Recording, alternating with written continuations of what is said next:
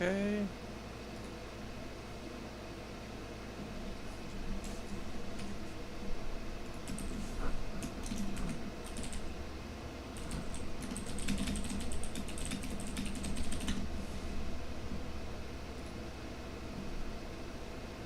Okay.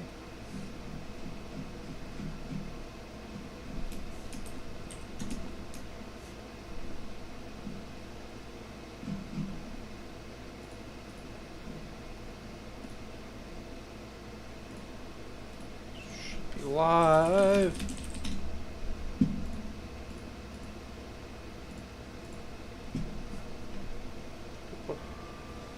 Okay, we turn the volume down.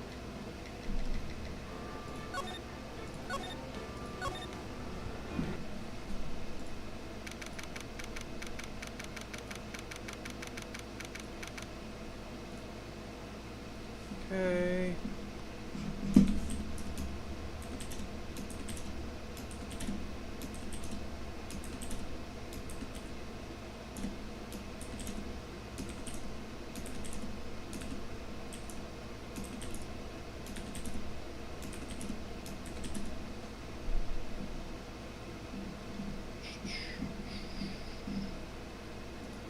Alright, back live. Okay, good.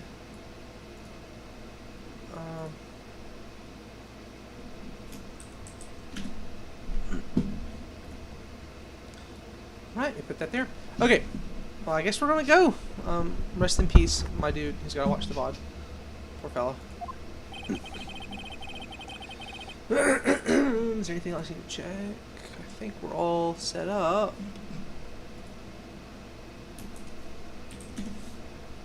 We're all set up. Okay, we're good to go. I'll probably stop in 20-30 minutes and go eat and then continue afterwards. So let's see if we can get this bad boy done. This is the defendant's lobby, alright, but there's no defendant. Been trying to reach Lana all morning. Where could she be? Did I not check the prison? Where she's staying, whether she likes it or not?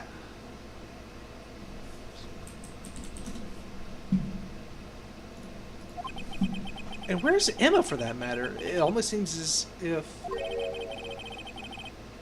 Oh, whose voice is this? Something's been happening behind the scenes. Oh, it's Edgeworth, darn. Edgeworth! Knowing you, you've already figured it out. Who the owner of the 7777747 ID number is, that is. Well, I have a pretty strong hunch. Looks like I'm not the only one who's figured it out. You know, the only reason this trial didn't reach a verdict yesterday is because there was still room for doubt regarding the ID record. If that number does belong to whom you suspect, then no doubt will remain. After all, he hasn't been officially charged with anything. True, not yet. In any event, once all doubt has been removed from that list, I can call for a ruling. 5 minutes to write, and Chief Prosecutor Skye will be found guilty. But she didn't do it! I figured you'd say as much. That's why I came here, to hear what you have to say. This is the first time he's ever done something like this. Lana's hiding something, and the only way we'll ever know the truth is to draw it out of her. The truth. Everything goes back to the SL9 incident. Don't be stupid. Today's the last day of the trial. We don't have time to reminisce about the past. Well, it depends on you. If she's found guilty, you'll lose your only chance to find out what really happened. I'll think about it. See you in court, right? Court right. Cartwright. Close enough. Well, this is it. If I'm ever going to find out what Chief Gaunt has on her, it's now. The thick flockins.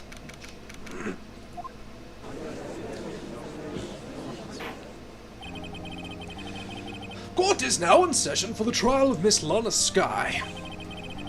The defense is ready, Your Honor. The prosecution is ready, Your Honor. I'm having trouble getting back in Edgeworth's voice today.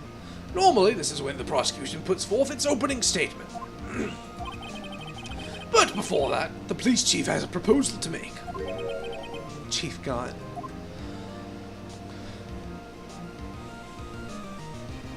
Better not say anything to this one. Morning, folks! How's everyone doing? Hey, Udgy, been back to the pool yet? No, I've been drowning enough as it is in my work. Oh, that's a good one! Don't think I can top that! If you don't mind me asking, Chief, exactly what is this proposal of yours? Why is he gotta do like that? Lana, that is to say, the defendant, has asked me if she could speak directly to the court. She wants to do what? Having heard what she intends to say, I feel she should be granted her request. In that end, it should save everyone a lot of time and trouble.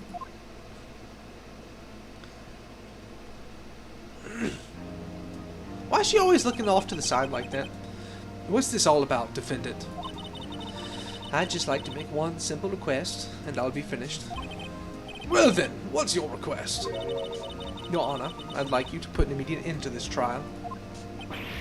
Huh? I confess to all charges against me. On February 21st of this year, I murdered Detective Bruce Goodman in the underground parking lot of the prosecutor's office. No, Lana!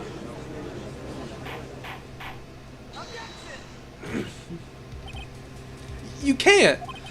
Your Honor, the defendant's claim does not change the defense's plea. I love that he can just decide that. In that case, Mr. Wright, I no longer require your services. But Lana! Your Honor, I hereby forfeit my right to an attorney. The prosecution may lack direct evidence against me, but it has sufficiently proven its case through testimony and circumstantial evidence. I would like you to render your verdict now, if you please. Well, the defendant certainly has the right to self-representation. My request is legally valid, although it is an unprecedented situation. Indeed, it appears there's no further need to continue this trial, even if Mr. Wright may feel otherwise. Oh, this can't be happening. It appears the time for the verdict has arrived. This court finds the defendant.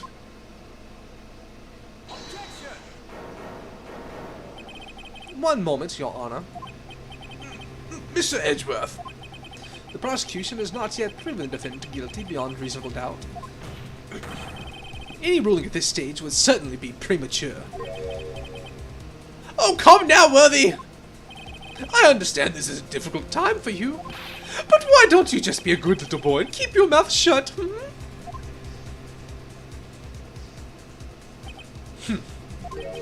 I don't think I care for your tone, Chief Gaunt.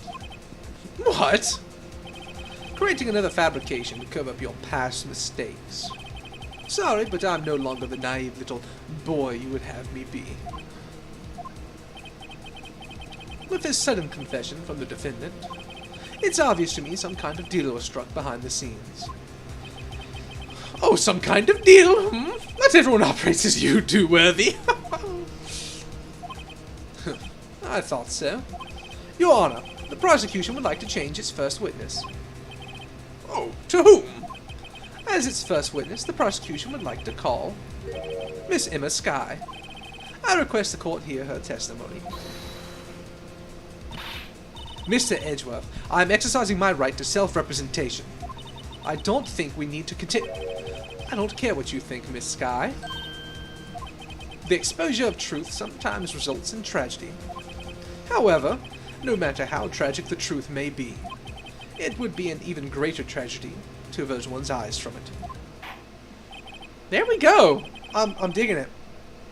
See, in the version that I played without this trial, Edgeworth doesn't get as sympathetic. So this is a much improved character arc for him, and I'm so totally curious now as to what's going to happen with Franziska and hers, because I thought Franziska had a pretty good character arc in the second game, because she starts out pretty hateable if memory serves. She starts out really hateable, but by the end I really liked her. So I'm really curious as to if she gets her own thing like this in that one. So we'll see. Very well, the court shall grant the prosecution's request. That's okay with you, right, Chief Gaunt? Well, Franziska's cool. Okay, buddy?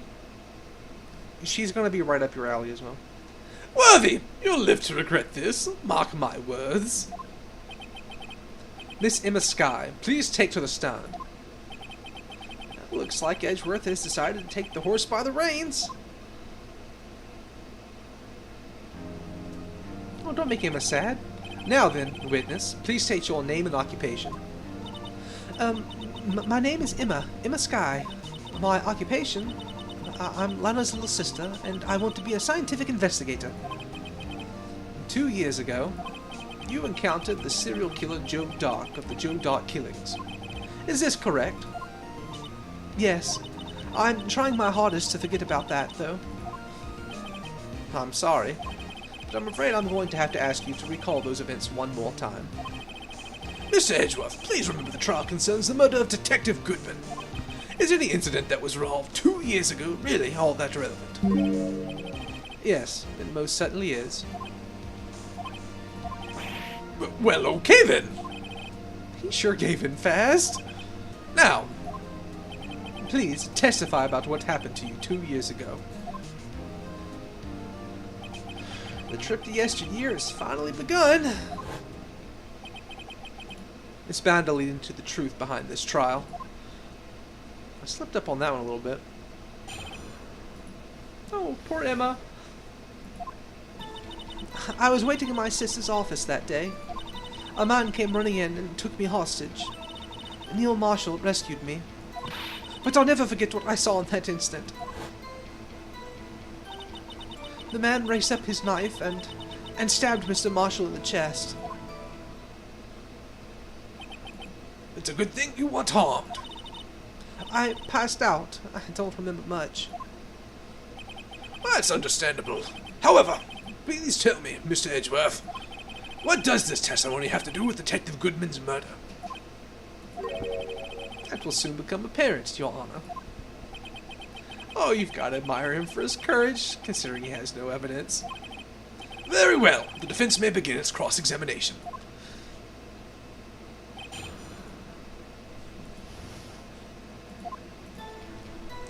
Let's look real quick at the Joe Dark case file. Piercing heart and lung, died from blood loss under 10 minutes. That's a good tip. Okay. Okay. 2 years ago, the defendant was a detective at the police department, correct? Yes, she was second in command under the deputy chief of police, Gaunt. My sister, she was the best detective ever. Yes, I remember. Deputy Chief Gaunt and Miss Skye used to be quite the pair. I believe they shared the same office. That's right. I'd always sit at my sister's desk and dreamed about playing that organ. I wanted to play it that day, too. The police department and the prosecutor's office held a ceremony that day. Lana promised to take me to dinner after she finished her work.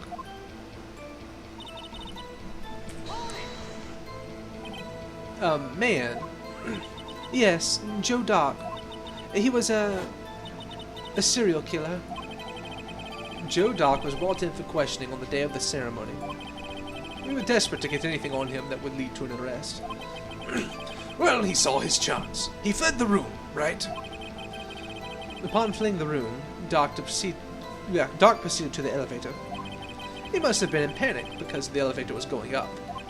Then he ran into Skye and Gaunt's office. There was a lot of noise coming from outside, so I opened up the door to have a look. That's when I saw him. What was the prosecutor doing there? That day, there were 2 people present during Dark's questioning. Deputy Chief Damon Gaunt and Prosecutor Neil Marshall. Almost forgot about Gaunt. Neil Marshall had just received the King of Prosecutors Award. Young and dedicated, he went straight to the questioning room after the ceremony. I assume that would also be why he was the first to run after Dark. When Dark grabbed me, I thought I was as good as dead. And that's when Prosecutor Marshall came running in? I don't clearly remember what happened then, but it's getting spicy, I hope. Can you tell us about that? Mr. Marshall jumped on Dark. Just then, the lights went out. The lights? It was just about this time of year. There was a terrible storm going on, and lightning struck nearby. So the electricity went out. Wait a minute. If it was pitch dark in that room, you shouldn't have been able to see anything, right? I can't do the judge voice today. Right, but just then lightning flashed again outside. That sudden flash left an unforgettable image on the scene of my mind. On the scene of my mind, oof. I see. I see. I see. I told the detective about what I saw then. The detective? Yes, Detective Goodman. He was in charge of the case. Detective Bruce Goodman, the victim. So you spoke with Detective Goodman about this 2 years ago? Yes, that's what was so scary about this trial. And you told Detective Goodman about what you saw? Yes, but at the time the words just wouldn't come out. That's why I drew a picture. A picture? Yeah, I think she mentioned that before. Well, Mr. Wright, have you heard enough? This picture the witness drew, I believe it has a very important meaning. But the list of evidence I was given 2 years ago didn't contain a picture. Witness, would you mind if we added this statement to your testimony? Yes, Your Honor.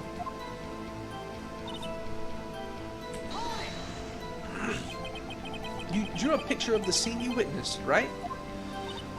Yes, I wanted to do everything I could to help the investigation. I can still see it now, whenever I close my eyes. That's strange. I took over the case after Prosecutor Marshall died, and I never received any picture. Perhaps the witness is mistaken. But I did draw it, I swear. I'm not just imagining it. This picture that Emma drew. That reminds me. I guess I should check the evidence again. Well, anyway, let's continue. This scene that imprinted an image in your mind. Can you please describe it to us? The man. Picture, picture. Oh, it bears Emma's fingerprints.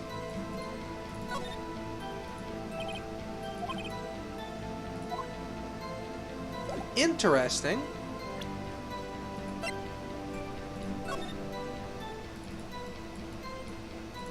Oh, the picture! The picture, right! Right!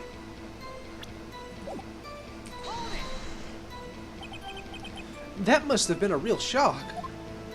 So even now, when I close my eyes, I can still see it just as clearly.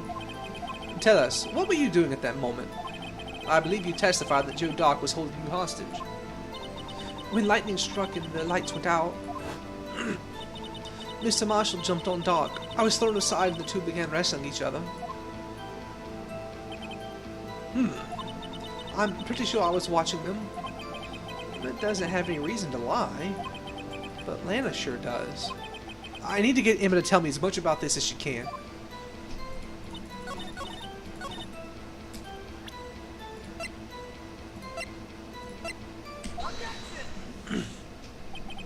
Mr. Edgeworth, this little girl put all her heart into drawing that picture.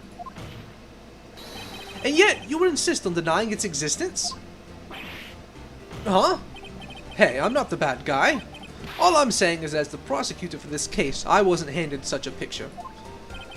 That may well be, but that doesn't mean it doesn't exist. Behold. This is the evidence list for the SL9 incident. Please, turn it over, Your Honor. Turn it over. Turn it. Ah! What's this? Yes, what is that? Hey, that's it. That's the picture I drew. Oh, I love her boots! I didn't know she had these giant rubber-looking boots on. That's adorable. Indeed, two men appear to be wrestling here. What's the meaning of this? What are you doing with that list? Me? Only the prosecutors in charge should have access to that list. These lists, they're different from each other. What? It would appear, Mr. Edgeworth, that the evidence list you were handed 2 years ago was incomplete. These two lists fit together to form one. You can see the marks here where they were torn apart from each other. So you see, Mr. Edgeworth, it's quite obvious what happened. 2 years ago, only half the evidence in that case ever reached you. What? What? Order! Order! But, Miss Skye, why did you draw your picture on the back of such an important list? Because that's what Detective Goodman handed me in the questioning room, Your Honor. Wait a minute. If this list was torn in half, then that means... Your Honor! Are you all right, Mr. Wright? Your eyes are bulging from your head. If the evidence list was torn in half, then there might be more of that drawing on the back of Mr. Edgeworth's list. Yes, that's quite conceivable, Mr. Edgeworth. It's possible. Let me see. Is something wrong? Oh, do you even have to ask? Oh boy, there's some fury going on here. Sorry, Your Honor. There is indeed something drawn on the back of my list. Is that thing? What? Hold up, what? That's... that thing! That thing that was dancing in the evidence room! Clearly, this act of vandalism is the work of a certain chief of detectives. I guess he was out of scrap paper. Emma making a face there. Very well, witness. Will you please testify about this picture you drew 2 years ago? Huh? Oh, yes, sir, Your Honor. What's wrong with Emma? She seemed to be thinking about something when she was looking at the picture. The blue badger, our witness. This is the picture I drew 2 years ago. The flash of lightning was so bright, all I could see was shadows. After that, I must have fainted. This picture shows exactly what I saw in that instant. To think a flash of lightning could burn such an image in your mind. Thanks to that, though, she was able to show us exactly what she saw. Well, I don't see any contradictions here. This clearly shows Joe Darker about to murder prosecutor Neil Marshall. The defense may now begin its cross-examination.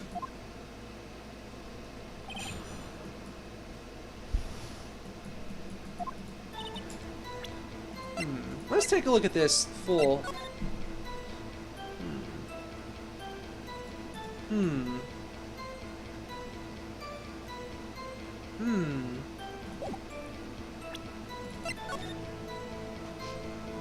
I wonder.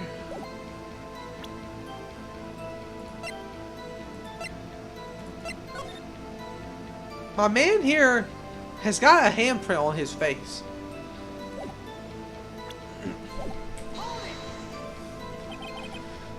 Did you draw the picture right after the incident? I think I drew it 2 or 3 days later.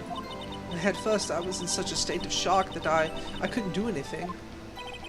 During that time, the investigation team was reorganized. No, we did not get prints from the Blue Badger. Detective Goodman was placed in charge, under the direction of Damon Gaunt and Lana Skye. 2 or 3 days later. The memory should still have been fresh in her mind. Excuse me, witness. But can you please tell us why the picture's painted all black?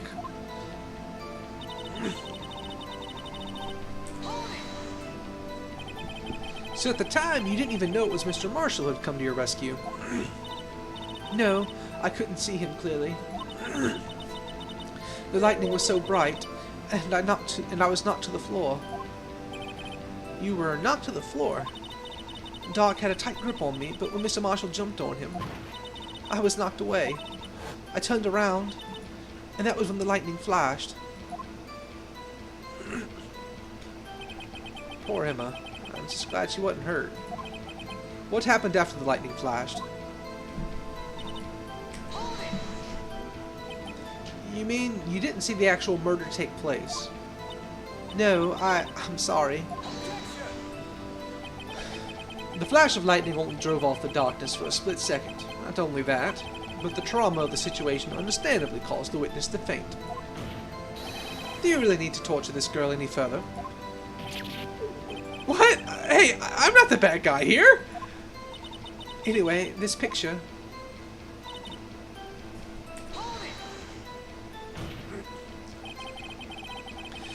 Sorry for asking so many times, but are you sure you drew exactly what you saw? Of course! This is the exact scene! Was it influenced in any way from your talks with the detectives? Are you insinuating we somehow manipulated her memory, Mr. Wright? No, of course not. I'd better watch out, or he might find some way to cut my salary. I drew this picture before I heard anything from the detectives, so I don't think anyone's story would have influenced me. Mr. Wright, is there something that's bothered you about this picture? Uh-huh. Oh, well... That's strange. She claims it's exactly the scene that was imprinted in her mind, and yet, there's clearly a contradiction here. Huh.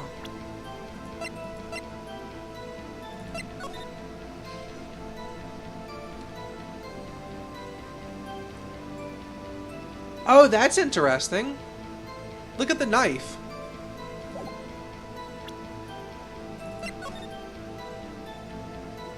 Look at the sword.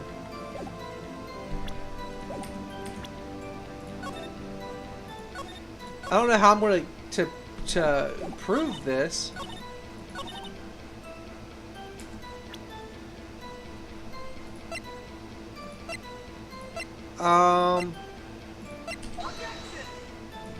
No, that wasn't. Okay, I know what it is.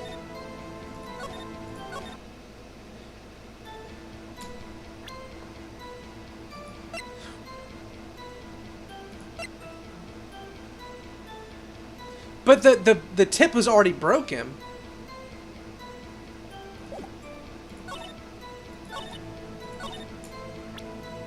Yeah, the tip's already broken in the picture. Oh, come on.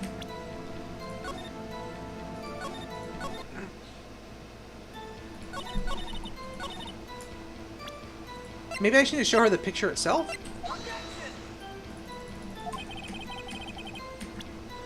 I don't know.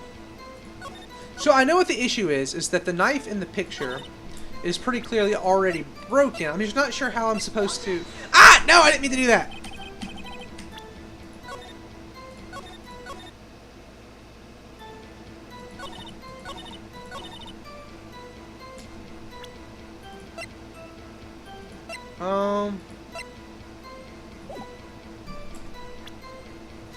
So I'm not sure how to prove it, or I'm not sure what they're wanting me to do.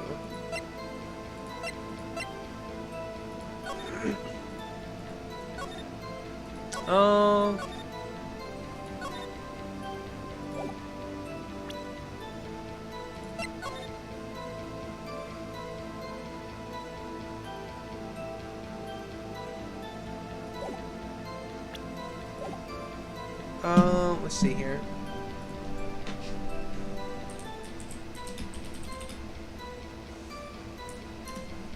Let me look up a hint real quick.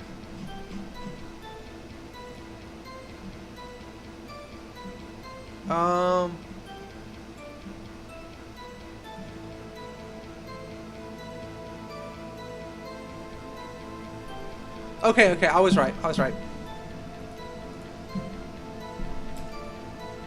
This was my other thing I was thinking. That's the one thing about this game series is sometimes, even though you know the answer, you don't know how they want you to present it. I hate to be the bearer of bad news, but this picture the witness drew contains a blatant contradiction. What? But I still remember it, just like it was yesterday.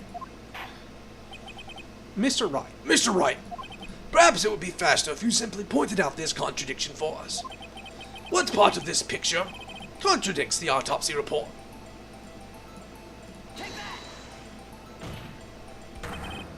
contradiction, of course, lies here.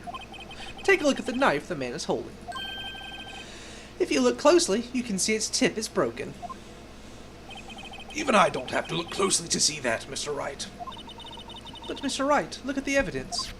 See the murder weapon? Its tip is broken too. If I recall, the tip of the knife was found broken off in the victim's body.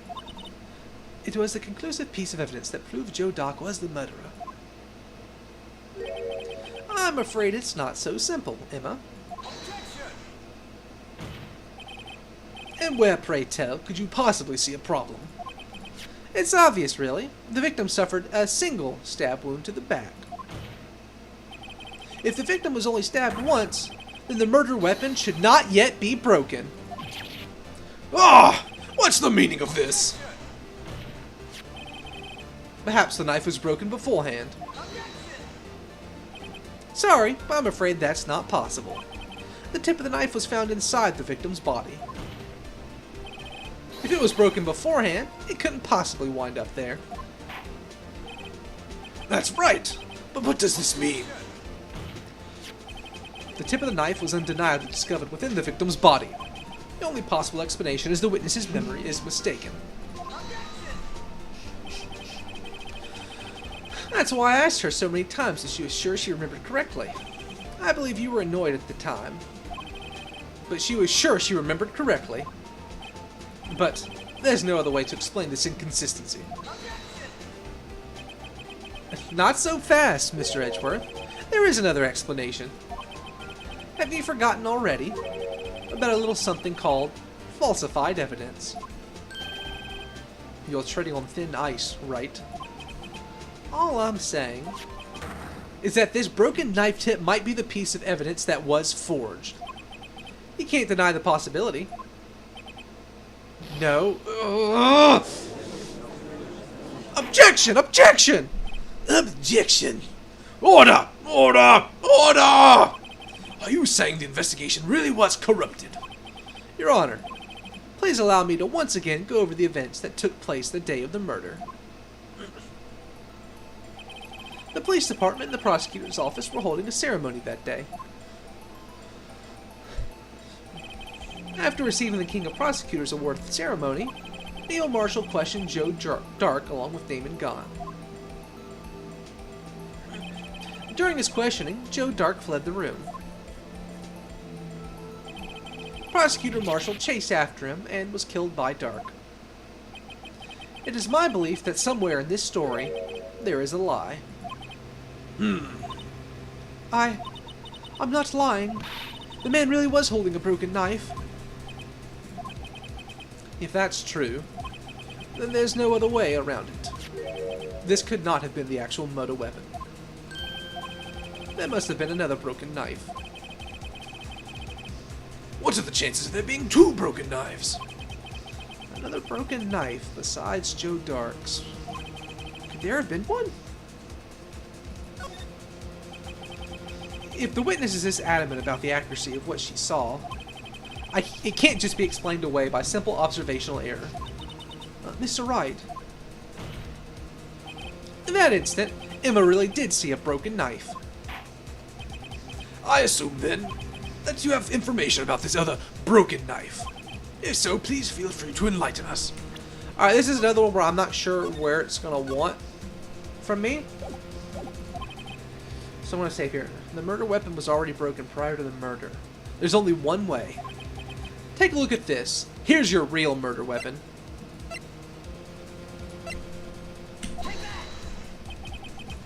The answer lies in the past.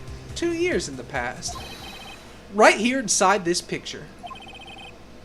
This is a picture of the awards ceremony. Ah! What is it, Mr. Edgeworth? It's the broken murder weapon. Notice the award Prosecutor Marshall is holding.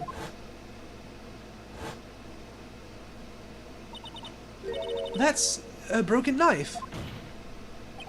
As we earlier concluded, the knife in the drawing was not Joe Dark's knife.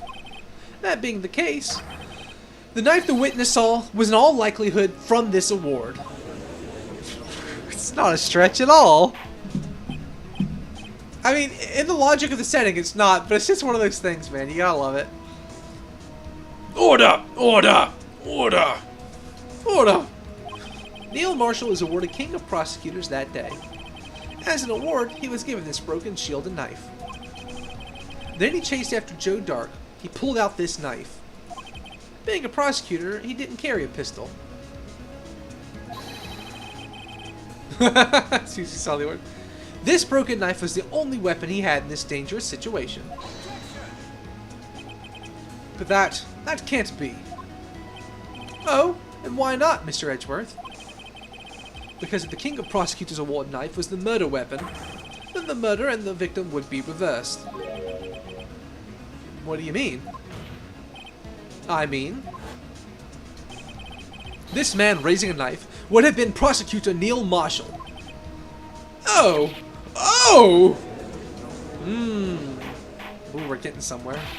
But the prosecutor was the one who actually died. That's true.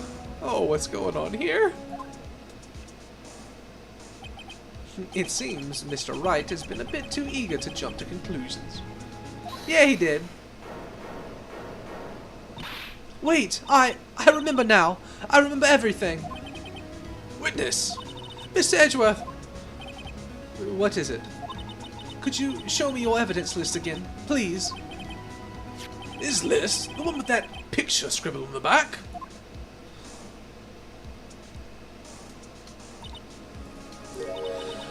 Oh, I knew it.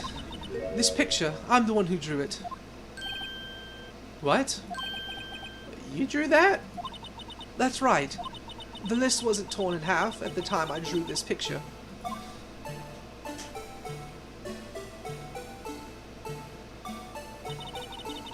All this time I've been trying so hard to forget. I must have locked this part away deep inside of me. Yeah, the Blue Badger is not something I'll remember either. Perhaps it would be best if we added this to the witness testimony. Would you please tell us what you recalled, Miss Skye? Yes, Your Honor. First the knife mix-up, and now the Blue Badger? Oh, this should be interesting.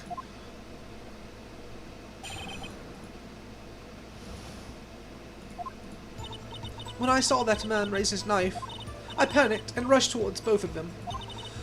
I think I knocked away the man with the knife. Just then, there was another flash of lightning, and that's when I saw the Blue Badger. He wasn't in the room, but I'm sure I saw his shadow.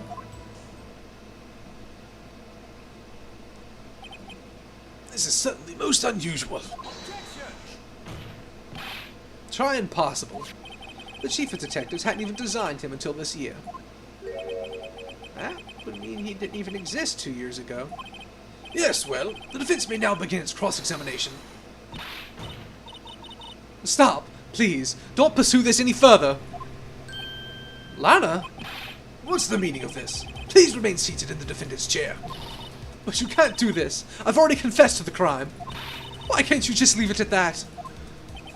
Chief Prosecutor Skye. We've already come this far. It's too late to turn back. Silence! This defense will now begin its cross-examination. Bailiff, please detain the defendant. It seems we're finally getting to the core of the matter.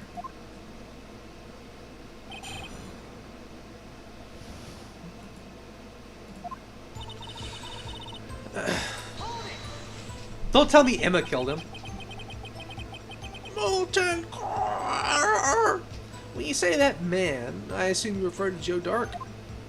Yes, at least I think it was him. You think? All I could really see was shadows. The power outage immediately preceded the incident. It's also documented in the prosecutor's office reports.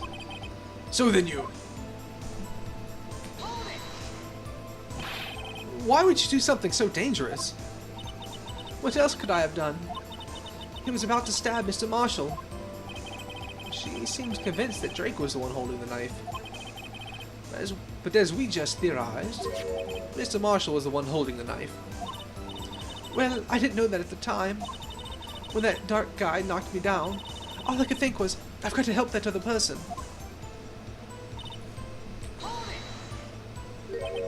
What do you mean, you think? It all happened so fast, and I was in shock.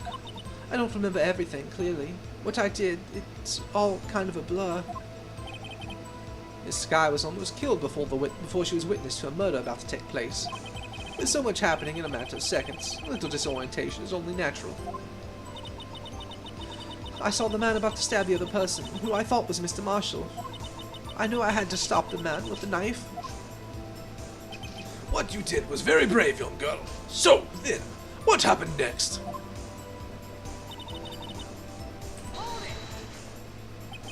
Are you sure about this? Of course. See? I even drew a picture of him here. But it was the chief of detectives who thought up this hideous beast. And that was just this year. The Blue Badger didn't exist 2 years ago.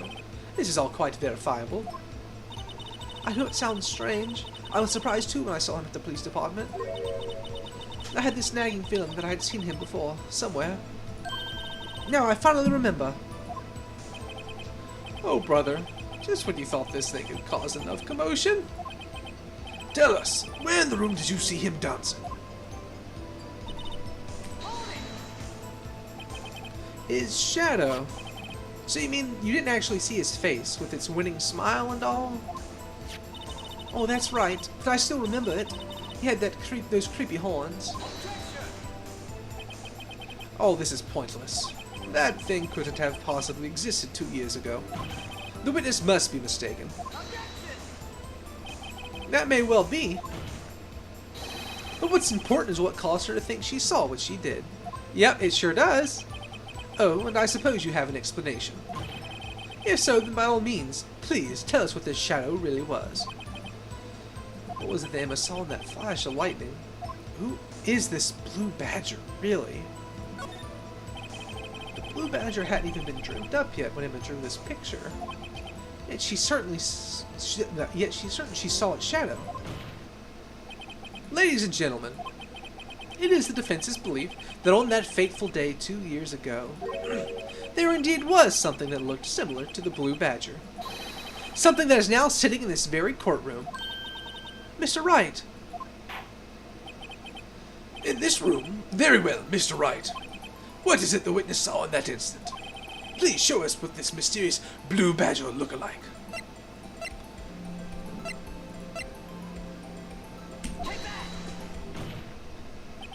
Mysterious Blue Badger was in fact this.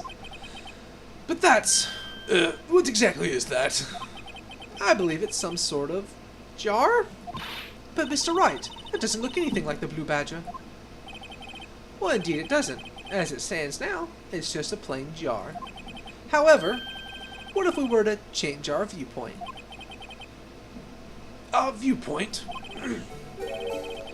I've got to show them that the correct angle...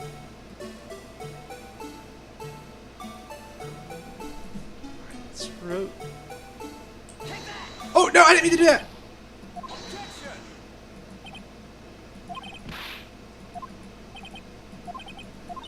Okay, I didn't mean to do that.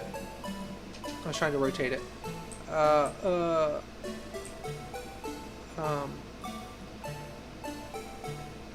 H.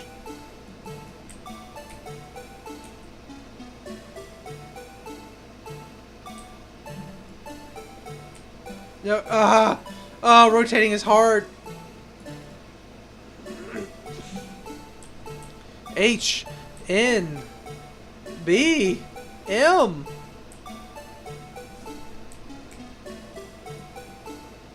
Does this look badgery? Is this badgery enough for you? Is this badgery? I think this is pretty badgery. Oh no, no. Ah! Not again! Cause so normally Q and E are your rotation buttons, but in this case it's Q and R, and that keeps tripping me up.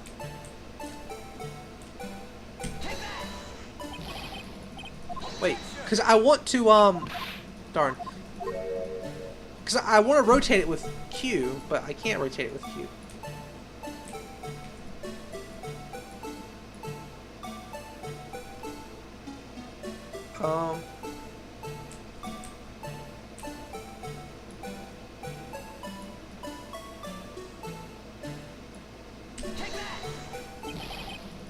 Man. Okay, okay. We're getting there. Yeah, he's pretty badger. He's not badger enough for the Badger Club, though.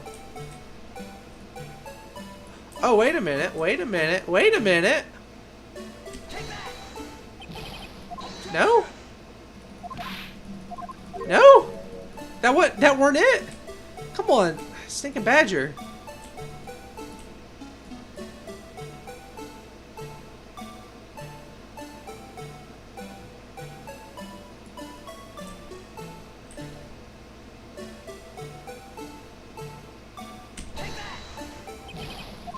Ah! Okay, hold up. Hold up. Let me... What in the world? That's how I had it. That's how I had it.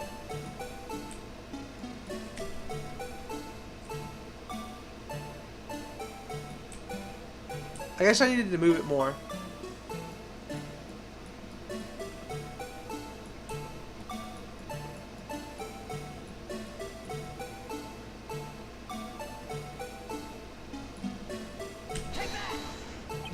What? Ah, okay.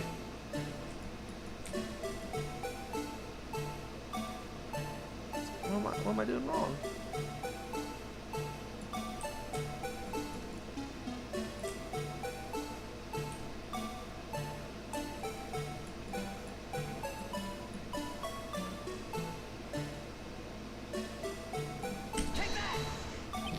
What? What? What? I'm looking at the reference. I pulled the reference up. I'm cheating. I'm cheating. It's still not working.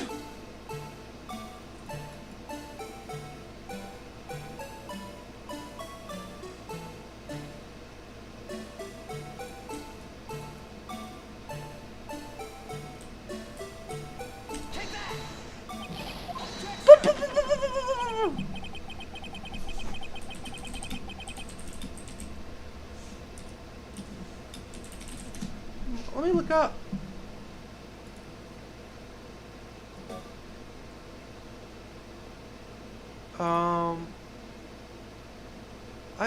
That's how I've got it. Okay, let's try it again. Why is it not working? Alright, come on. Let's do this. Let's do this.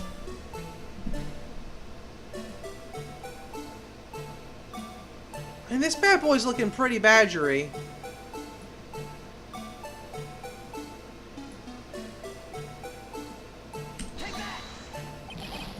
Ooh, this is what they're showing me here.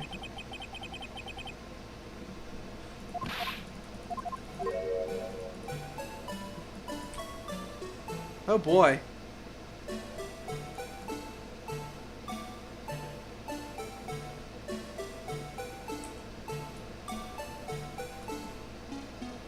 I'm tilting.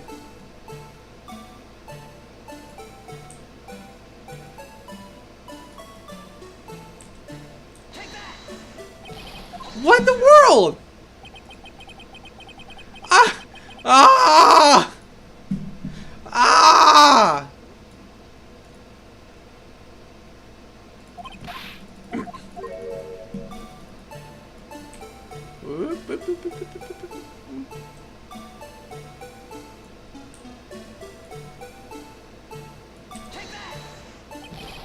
What? What?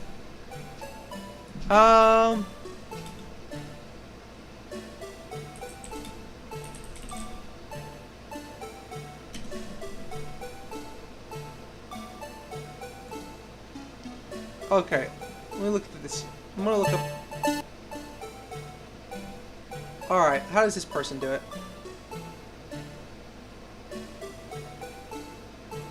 Okay. So,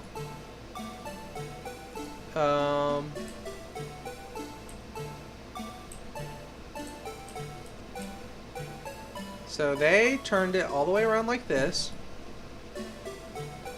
And then...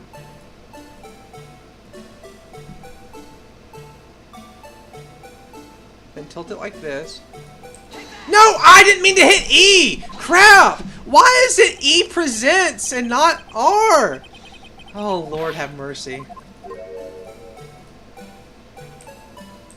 No!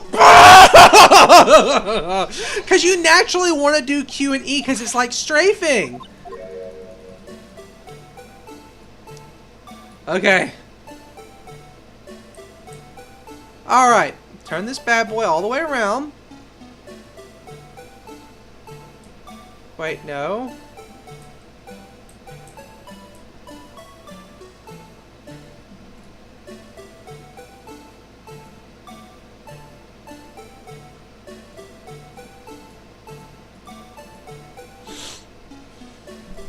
This is really, really close to what I just saw a video of someone do.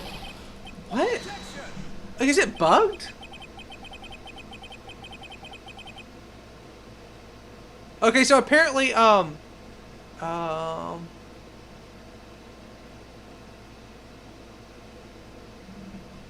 so apparently the issue is that this has got to be like millimeter pinpoint accurate. Apparently that's what the problem is. So let's do, which one of these rotates? And then you don't know what your rotation buttons do. So M rotates it that way. Okay, so I'm gonna count. So 1, 2.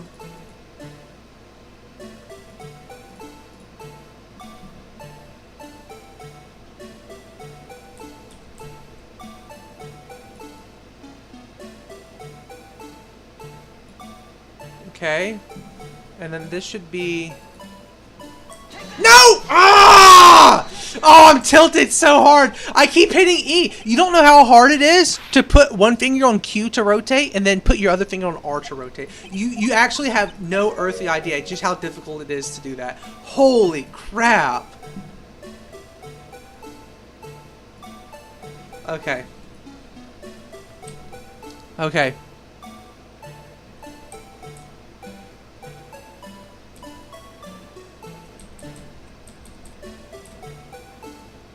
Okay, okay. Nope, that's way too far. Okay.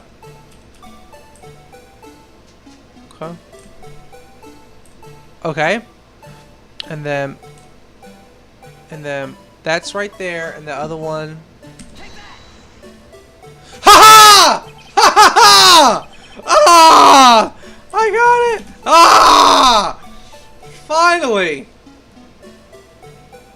Finally, I'm gonna give you a second to make sure you get back before I continue. Holy crap! What a boss fight! What a marathon! What a challenging, difficult encounter. Well, is that a miracle or what? No one can possibly deny this jar's resemblance to the Blue Badger. Not after my meticulous and painstaking work to show you, pinpoint accuracy, the exact angle she looked at it at. No, it can't be. Order! Order! Order me one of these vases. I want my own. My own Blue Badger vase. The defense has proven its claim. The mysterious Blue Badger witnessed on the day of the crime was actually this.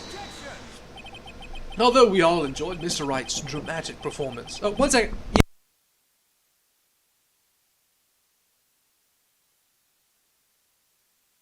I'm about to, my food got here, so give me just a minute. I'm going to finish this scene out, and then I'll go eat. Although we all enjoyed Mr. Wright's dramatic performance, one question remains. What's your point? What do you mean? So that Badger thing was actually just a job. That doesn't change anything. I'm afraid that's where you're wrong, edgy boy. You see, this changes everything. Indeed. Very well then, please tell us. What's different now that we know the witness saw this jar? Allow me to take these in turn. At the moment of the murder, the witness saw this jar.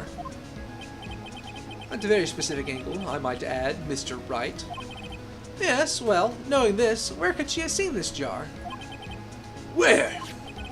The location of the jar is shown in the picture taken on the day of the crime. It's on a shelf in the office of Damon Gaunt. But the body was found lying near Lena Sky's desk. The witness testified so herself. Yes, and it's these two facts that reveal what actually transpired. Notice my attorney badge. You see, the struggle between Dark and Marshall did not take place in Lena Sky's office. It happened on the other side of the room, in Chief Gaunt's office. Are you implying the murderer moved the victim's body from Damon Gaunt's office to Lena Sky's office? Yes. Why would he do that? There's no reason.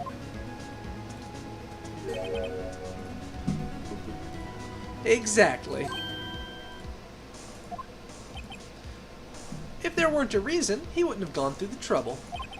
The only logical conclusion is that there was a reason. Do you know that reason, Mr. Wright?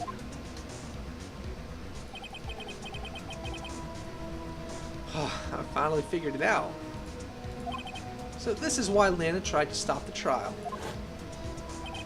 It's too late to quit now, though. Please recall the witness's testimony.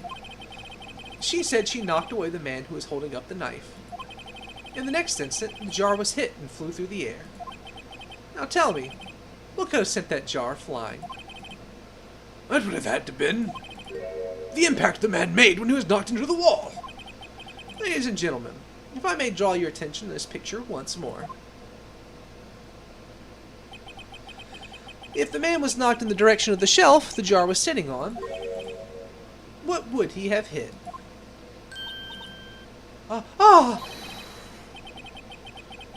The suit of armor, holding a very sharp and dangerous-looking sword. Yes. And since the man who was knocked into the armor was carrying a broken knife, it would have had to have been Neil Marshall, wielding the King of Prosecutors trophy. No. Mr. Wright, you can't be thinking. Yes, there is another possibility of what actually transpired in that room. Oh no, another possibility. Of course, the perpetrator would have had no idea, but nevertheless... I don't know if I can go through with this. Mr. Wright, what's the matter? If events took place as the defense theorizes, then the outcome is obvious. In that moment, assuming the man in the sky knocked away was Prosecutor Neil Marshall.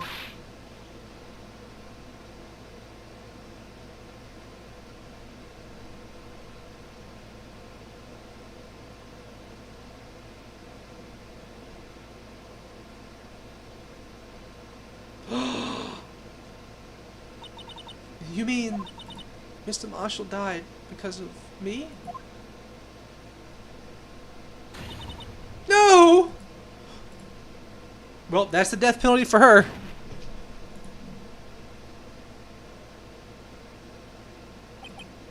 I never imagined her testimony would lead to this.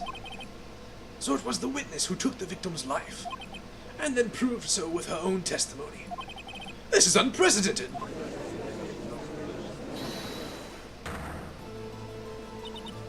What are you saying?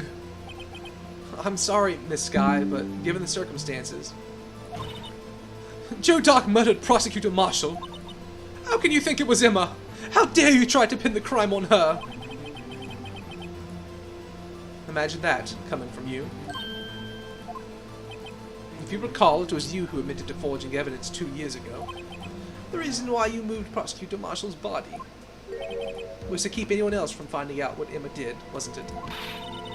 I assure you, Mr. Edgeworth, I have no idea what you're talking about. If you hope to have anyone believe your insane allegations, I'm afraid you're going to have proof. Tell me, do you have any conclusive evidence that proves my sister killed Neil Marshall? Evidence? I'm willing to bet you don't. Yes, it certainly would be difficult to prove this with evidence.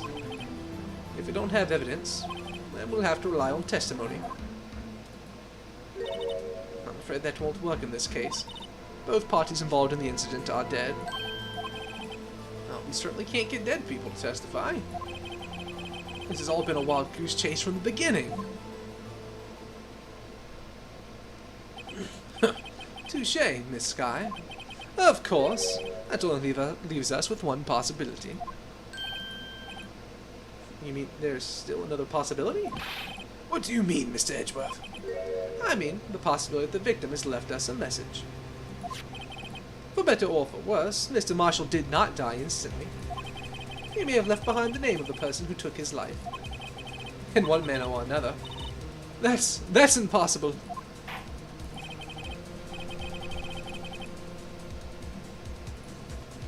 Well, Mr. Wright, this is the only possibility left to you. A message from the deceased. Does such a message exist? We gotta think back to the court record. The real murderer's name that the victim may have left behind. This message from the deceased is already in our possession. Mr. Wright, will you stop at nothing to prove my sister a murderer? Do not be mistaken, Miss Sky. Our purpose is not to accuse Emma of any crimes. There's only one thing we seek. The truth. No matter how painful it may be. Now then, Mr. Wright, please show us the piece of evidence that conveys a message from the deceased. Alright, I'm starving and my food is getting cold, so give me just a minute.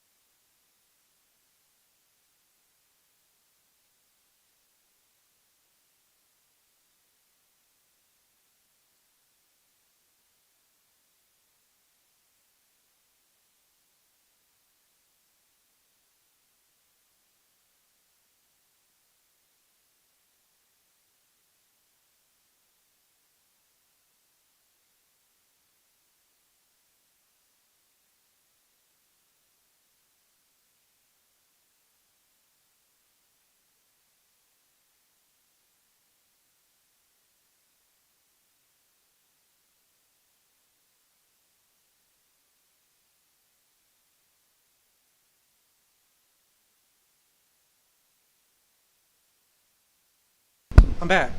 Let me know that you're also here and I will resume. Okay.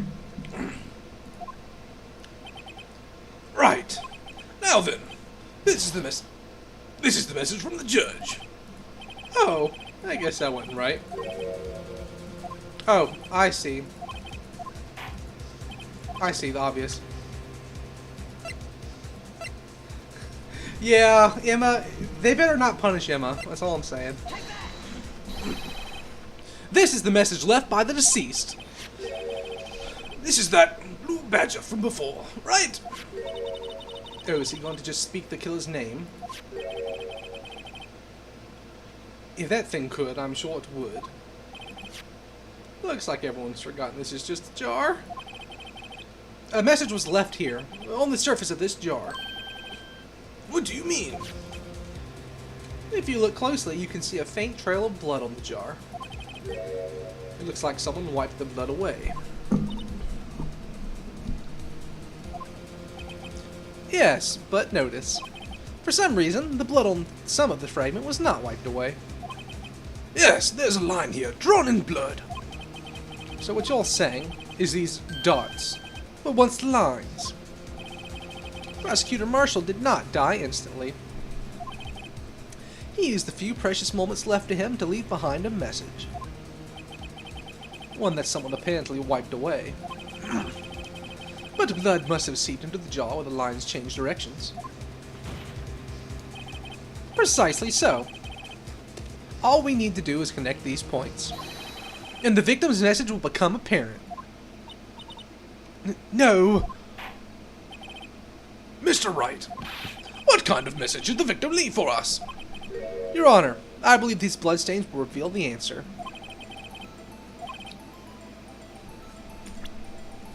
Let's get a save here.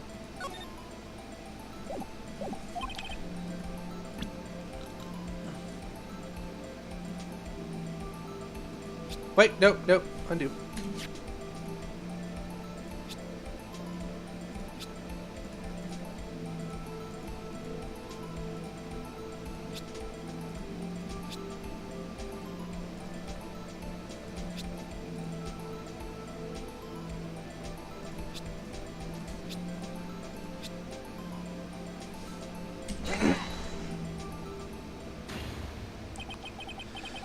It's a defense attorney's duty to prove their client's innocence.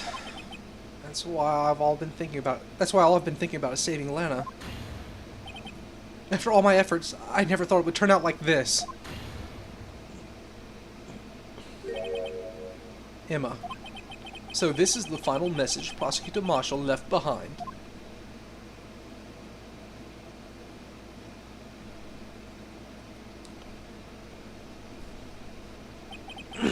Of all people. She may not have meant it, but in the end, the one who took the victim's life Was Emma Skye.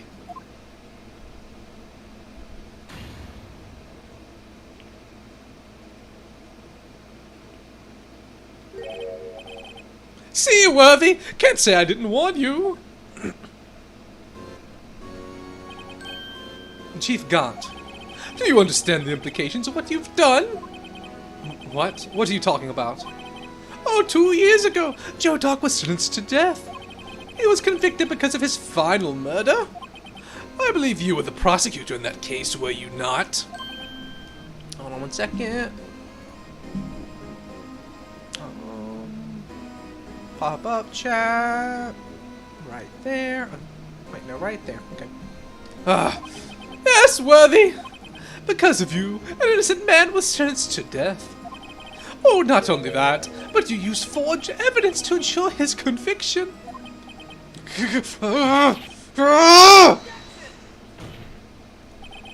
But Joe Dark really was a serial murderer. That's undeniable. I'm afraid that's not important. Didn't you know we aren't defenders of justice? What? We're merely keepers of the law. Sentencing a man to death is no light matter, even if there wasn't any cover-up or evidence forgery. Ultimately, the responsibility falls on the prosecutor in charge. Despite what anyone may say, This fact cannot be denied. Oh, what's going on at the prosecutor's office? Oh, crap, these are the people. They might have sent an innocent man to his death. How can he just stand there like it wasn't his fault? Order! Order! Order! Order!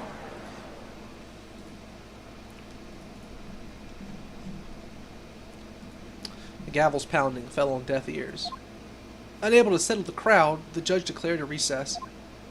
Where this trial is headed, no one knows.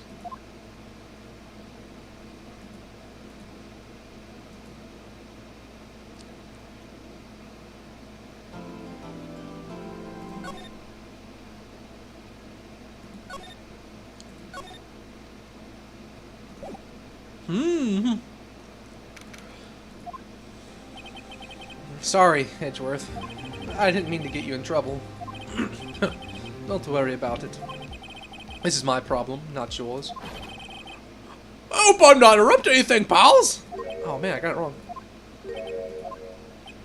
Oh, guess I am. I'll come back later. Wait, Detective Gumshoe, what is it? Oh, you got a lot of nerve, pal. Making a detective run around all while on duty. And to top it off, you call me here? I've seen happier people at funerals. I take it Lena's having you run errands again. Oh, let me tell you, this is the last time, pal. Here, she asked me to give this to you if there was a break in the day's trial. The evidence law? Edgeworth was talking about this just the other day.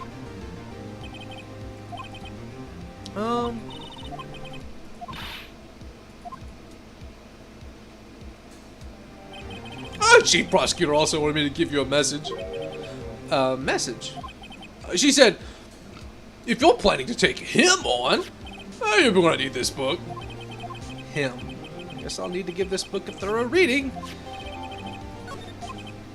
I didn't like your book to do you any good now, though. All that's left now is the Chief Prosecutor's sentence. Well, that's where you're wrong, Detective. Huh? Haven't you figured it out yet? Well, I'm still sitting in that prosecutor's seat. Despite all these allegations being thrown at me. Oh, Mr. Edgeworth. The real trial today hasn't begun yet. What? What else is there left to do? Oh, your credibility's been all but ruined with this forged evidence you were unaware of. Emma Skye found out she unwittingly caused a man's death. And now you're telling me you want to do more? Oh, you gotta be kidding me, pal.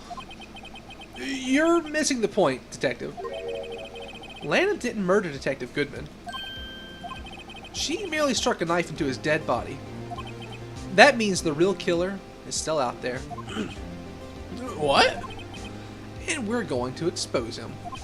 No matter what it takes. This case has hurt too many people. It's time to bring it to an end.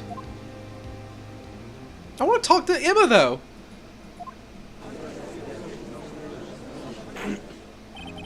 Court will now reconvene for the trial of Miss Lana Skye. Mr. Edgeworth. Yes, Your Honor. The Inquiry Committee is planning to impose harsh penalties for your actions. Thank you for the news, Your Honor. Yes, well, normally this is where the prosecution calls forth a witness. But, this isn't easy to say. Well, you see, there's some concern that you, Mr. Edgeworth, may have, struck a bargain. You think I may have manipulated the witnesses? I didn't say that. It's just, you see, everyone's been talking and... Very well, Your Honor. I have a solution. A solution? That being the case, the prosecution will allow the defense to call forth all further witnesses. What? But there's no precedent for what you're proposing. Undeniably, this is an unusual arrangement, but a very effective one. It would prove that I haven't struck any deals with the witnesses. Well, Mr. Wright, what do you say?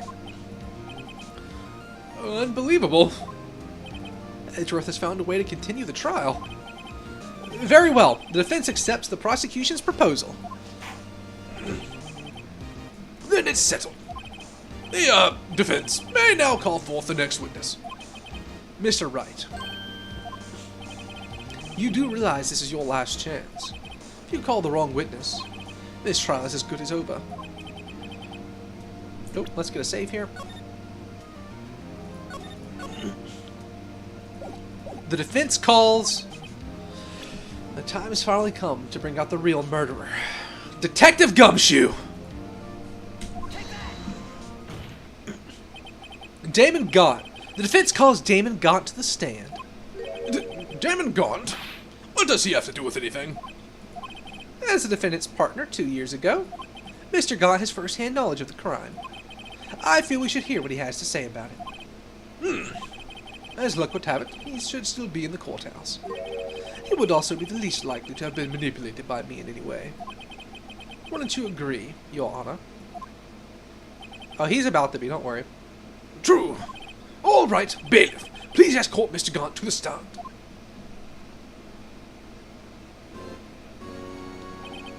Witness, please state your name and occupation. Oh, what is this? Some kind of practical joke? I was just on my way to lunch. Your name and occupation, sir. Oh, Worthy, are you sure you want to do this? Your name and occupation. So, you want to play hardball, eh? Please, Mr. Gaunt. Oh, fine. My name is Damon Gaunt. I'm the acting chief of police. Now then, Chief Gaunt, the court requests to hear your testimony. Oh, righto! What's with the grim face? You must not have been swimming lately. First, let's clear up this SL9 incident. Oh, you mean the time when Lana's sister murdered that prosecutor?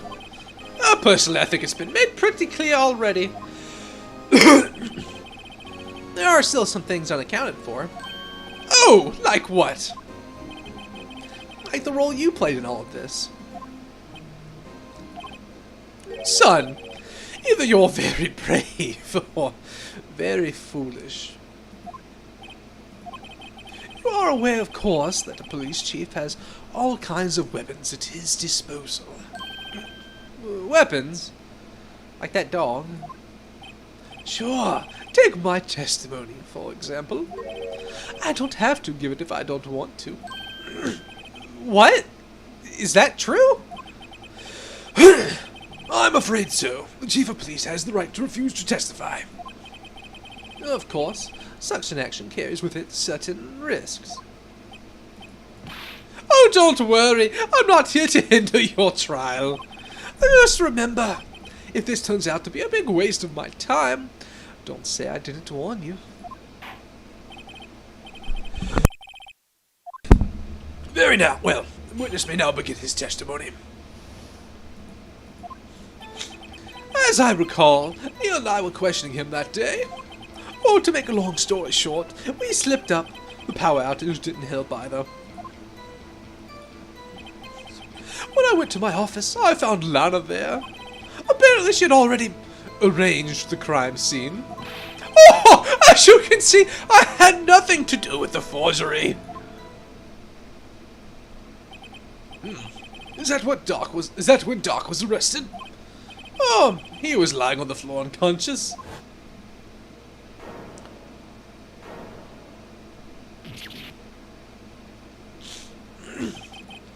When Emma sent Neil flying, it seems Doc bumped his noggin. I see. Everything seems pretty clear-cut. If the police chief has the right to refuse to testify, I'd better hit him hard and fast. I don't like this guy.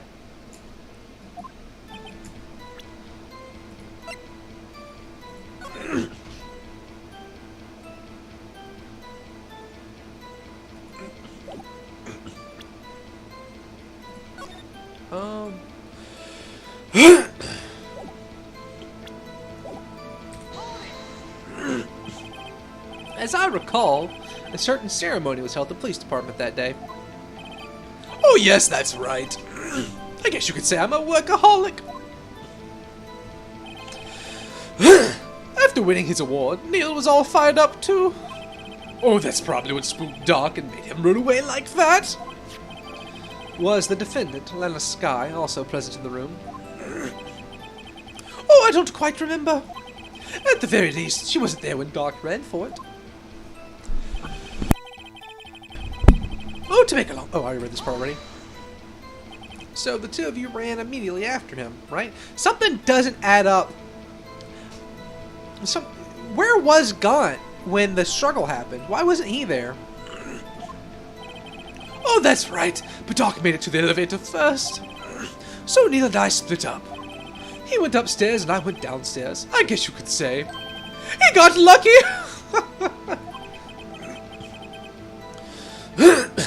What's this about a power outage? Oh, that! The elevator stopped all of a sudden and I got the shock of my life. Oh, well. Probably not as shocked as Neil when the knife went into his heart, though. Oh, that's not funny. Could you tell us what you saw? Oh, it was a shocking sight. Neil and that serial killer were lying in a heap on the floor, all tangled together. Dark was also lying collapsed on the floor. Oh, yes! Apparently he hit his head and was knocked clean out. And next to him were those two poor girls, Lana and Emma. Lana was cradling Emma in her arms. Looking back at it now, oh, she must have already known what her sister had done. Gaunt bad indeed.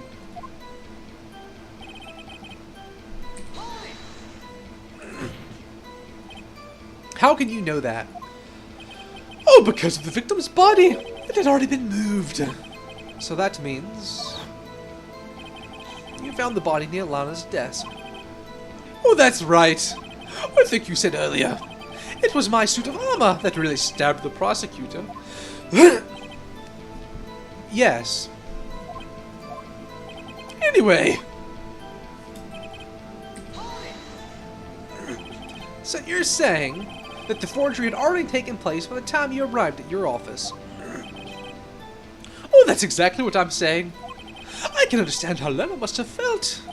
Oh, but moving a body and hiding evidence are inexcusable, no matter what the circumstances. Is that how it really went down? Staring at the witness won't do you any good, Mr. Wright. If you're going to stare at anything, you'd better off staring at the court record. Worthy! Oh, Worthy! Always the smooth talker!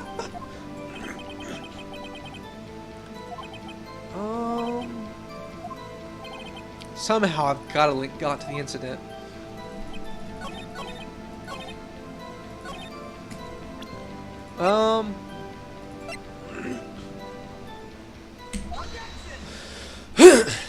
If you really had nothing to do with the forgery, then how do you explain this? What's that? And what's that on it? A handprint? Chief Gaunt, your explanation, please.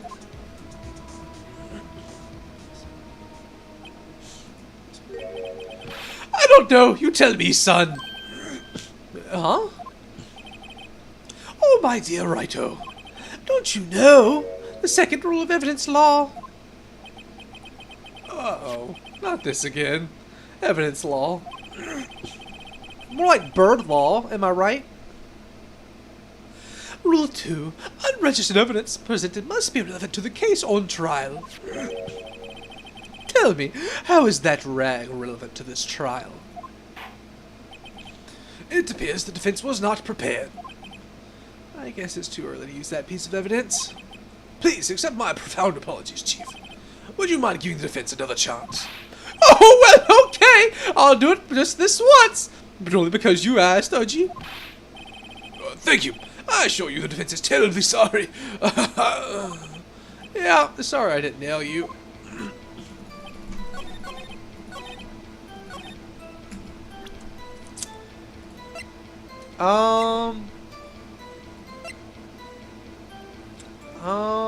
If it's gotta be relevant to the case at hand, then it would be the broken knife. I think it's gotta be the broken knife.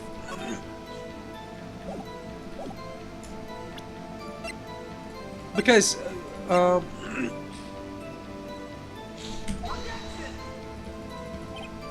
nope, no, wasn't it? Ah, crap.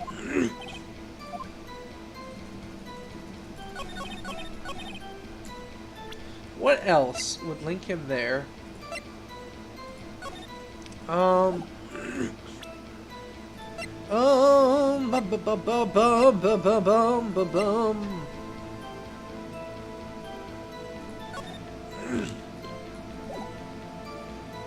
Yeah, he did hide half the list, but I don't know if that's relevant to the current case is the issue. We'll try it, though.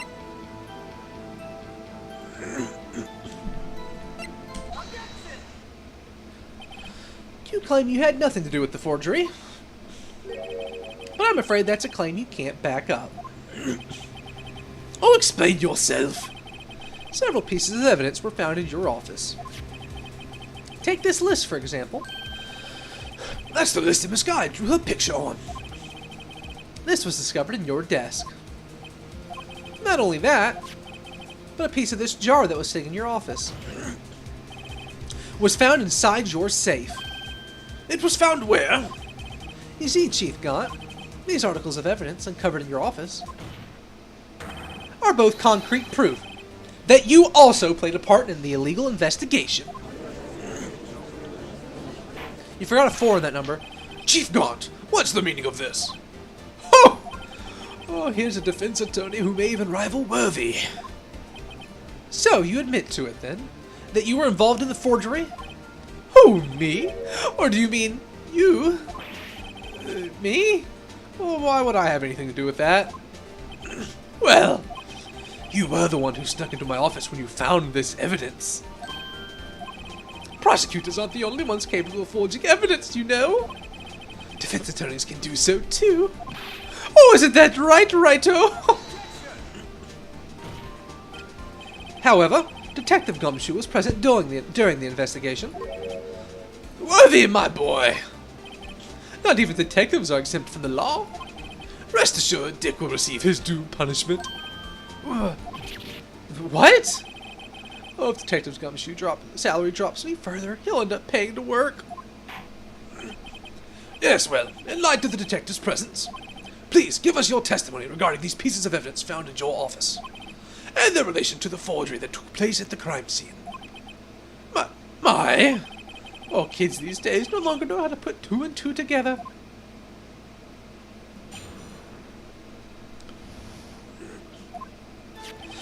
Let's see, what was it now? A jar fragment and a list. Oh, for all I know, you could have planted them in my office. Anyway, you can't prove when those pieces of evidence were discovered. If they were found after Doc was convicted, then they're worthless. There's no more reason I'd participate in a forgery. Rearranging the crime scene wouldn't help me out in any way. Mr. Wright. Yes, Your Honor. When investigating the crime scene, you should have been more careful to observe protocol. You do understand that I'm the chief of police, right? Oh, there will be consequences. Oh. Indeed. I believe I will press charges, so you won't make the same mistake again. Oh. My apologies, Chief, but would you mind waiting until tomorrow for that? Today is, well, you know. All right, Ochi. In return, though. I know, that place, right. Huh? Are these guys telepathic?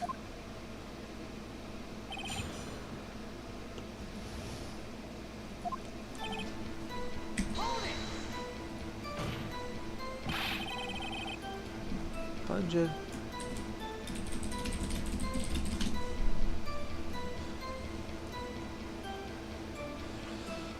I'd appreciate it if you'd stop making these ridiculous accusations. Oh, yes, you do have a point. You wouldn't have the guts to do something like that. What? I'll have you know, back in the day, I once broke into a cattle ranch and tipped... Mr. Wright, what are you saying? Oh, anyway, you can't prove you didn't carry in the evidence, can you? If you have proof to the contrary, you're going to need it later. Later? What are you talking about? Oh, what else? I'm talking about when Raito's prints are found. Yes, if they're found inside my safe, oh, that would prove his investigation was illegal. I've never faced anyone as slimy as this guy.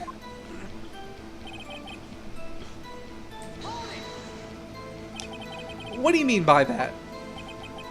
This is all purely hypothetical, of course. But suppose I did place those items in my safe. Such an act Would it necessarily constitute forgery? If concealing evidence found at a crime scene isn't forgery... I'm not through speaking yet, righto? It all depends on when the evidence was discovered.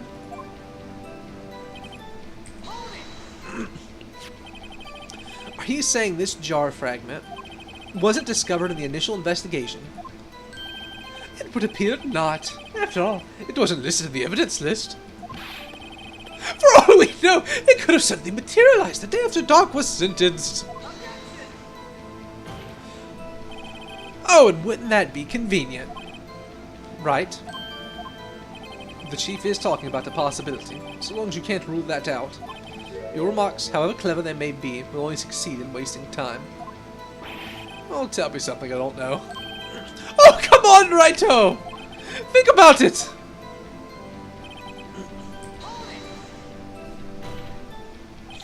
How can you look me in the eye and say that? Oh, because I'm innocent. Remember, Who was it that murdered Neil? I'm not sure I care for the word murder here, but in the end, the person responsible for Mr. Marshall's unfortunate demise was Emma Skye. Well, now don't you see?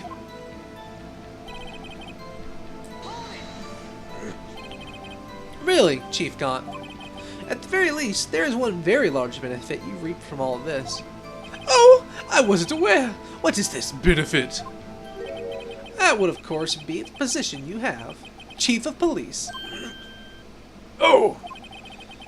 The resolution of the SL9 incident secured your promotion to Chief. That in itself is sufficient motive. Oh, that's a good one! Huh? Do you really think I'm that incompetent? What do you mean? Even without that case, I was already in line to become the next chief. The resolution of SL9 merely sped up the inevitable a little. Is that true, Edgeworth? Yes, he was going to be made chief anyway. Ah! Oh, be careful when pointing that finger, or you might wind up being the one pointed at.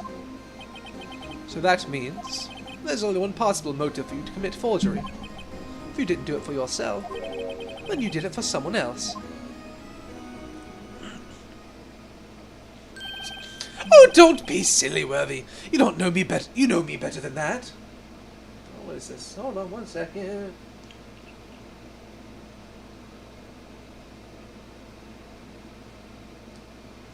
Subway.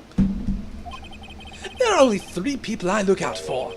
Me, myself, and I. There it is. There, it's out in the open. Now, Urgy, would you mind if I change my testimony a little? By all means, please do. He really is the worst. Is he as bad as Manfred von Karmestein? Nothing in it for you. Oh, sorry, but the only person I care for is yours truly. That girl, Leonard's little sister, was it? If you think I felt sorry for her, you'd better think again. You're right. You don't feel sorry for anyone. Oh, be tough on crime and tough on people. That's how I was raised. Well, you seem to be lax enough on yourself, though. Oh, that's a good one, Worthy. Could there have been something in it for him? Given his selfishness, would he have helped someone out?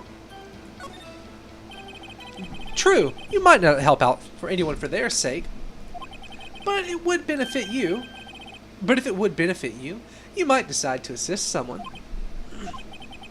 Mr. Wright, it appears you are positively determined to betray the chief, as a nice man who likes to lend people a hand. That's not what I mean. That was a great line from the judge. Very well, then. Who is it, this person you believe Chief Gaunt may have helped forge evidence?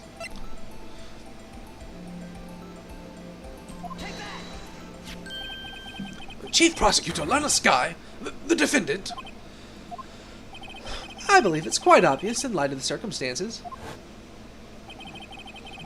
Emma Skye fell victim to an unfortunate series of events. Who would want to help her more than her own sister, Lana? And as for Chief Gaunt, he would also have a reason to help Lana if she asked him to. That reason, of course, is self-profit. Self-profit? What do you mean? Well, after the SL9 incident was resolved, Lana Skye was appointed chief prosecutor at the prosecutor's office. The person who arranged this job change was you, Chief Gaunt. But how would he profit from all of this? He would be able to use the chief prosecutor as his puppet. Essentially, he would acquire unchecked authority over all investigations. Do you mean to tell me that despite the chief's formidable appearance, he plays with puppets? Oh, wait. You must mean puppet, as in... Admit it, Chief. You assisted Lana Skye in forging evidence. Your motive to appoint her as chief prosecutor so you could control her. All righto, my boy. You have quite an imagination. Let me ask you something. What?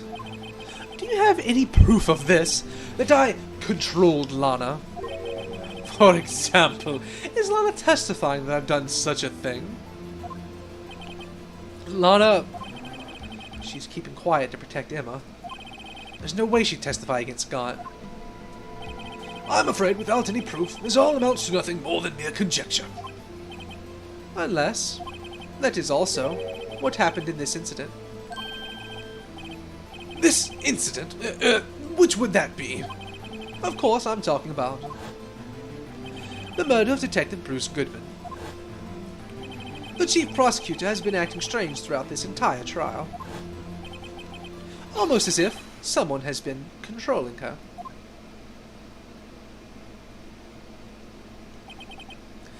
Worthy, you had better watch your tongue. I wouldn't want you to get hurt. Just what do you mean?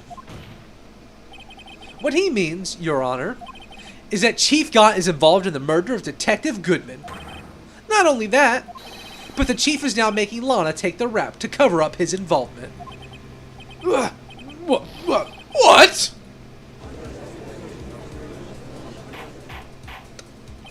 Order! Order! Order! I said order! Mr. Wright, you can't be serious! Huh? This is an affront to the highest ranking office in our law enforcement agency. To accuse the chief of police of blackmail and murder! That's impossible! We're getting there on this one. Your Honor, I was merely reiterating what Mr. Edgeworth said in easier to understand language. Oh, it's too late, Mr. Wright. There's no turning back for us now. It looks like he's the one who's decided to go through with this. Can you prove this, Mr. Wright? That the chief, a high-ranking officer of the law, is involved in this murder? Good question. Regardless of his rank or title, Chief John Gaunt is just a man. The question is he a criminal? I believe the evidence will tell. I see. All right, then. Let's see what Mr. Wright's got, and it better be good. Oh, boy! Oh, boy! Show us the evidence that ties Chief Gaunt to the murder of Detective Goodman.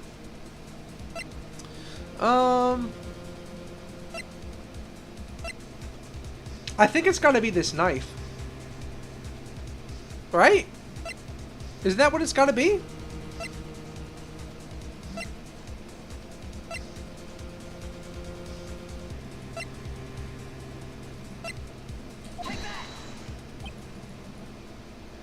Well, Chief?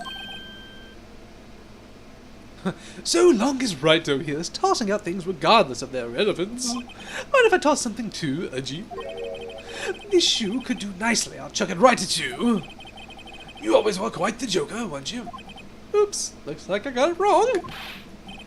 Don't oops me. Maybe this boot to the head will knock some sense into you. I know it's hard with all that's been going on during this trial. But try to think back to what happened in the evidence room 4 days ago. Now that he mentions it, we did find something during yesterday's investigation.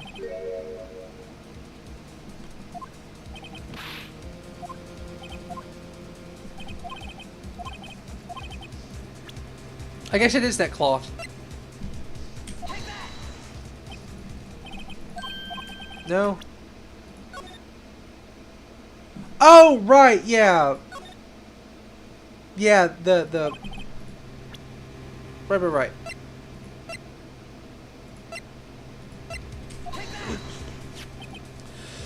Oh, this is the ID card list. Yes, the one that shows who entered the evidence room on the day of the crime. There was one ID on the list we couldn't determine the owner of yesterday. 777-777. Oh, about the 4, pal! Oh, sorry, but there's no way you can prove that's my card number. It's your number. What? How do you know that? Well, the safe in Chief John's office requires a code to open. A 7-digit code. 7 digits? Oh, you don't mean... I'm afraid so, Your Honor. The code was 777-7777. The same as the remaining ID card number on that list. Chief Gaunt, you entered the evidence room on the day of the crime. Alright, now we're going. Order! Order! Chief Gaunt, what do you have to say? Nothing! The defense's search of my office was in violation of regulations. And I will demand Mr. Wright be punished to the maximum extent of the law. But right now, this court demands an explanation from you about the use of this ID card. Chief Gaunt, so you admit it. You entered the evidence room on the day of the crime. What about it?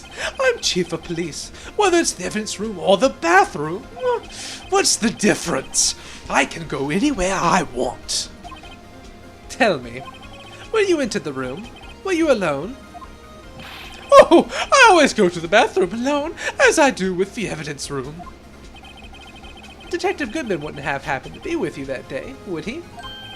Oh, of course not! Why would he be? I hadn't seen him in days! You hadn't seen him in days, Chief Gaunt. I'm afraid you've just undone yourself. On that day, you had to have met with Detective Goodman. What do you mean? This trial's purpose is to determine Lana Sky's guilt. No, it isn't, Your Honor. This trial's purpose is to determine the truth. If Chief Gaunt met the victim on the day of the crime, then we need to determine one thing. What transpired during that meeting? In that case, Mr. Wright, I'm going to have to ask you for evidence. Show us proof that the victim went to meet Chief Gaunt on that day.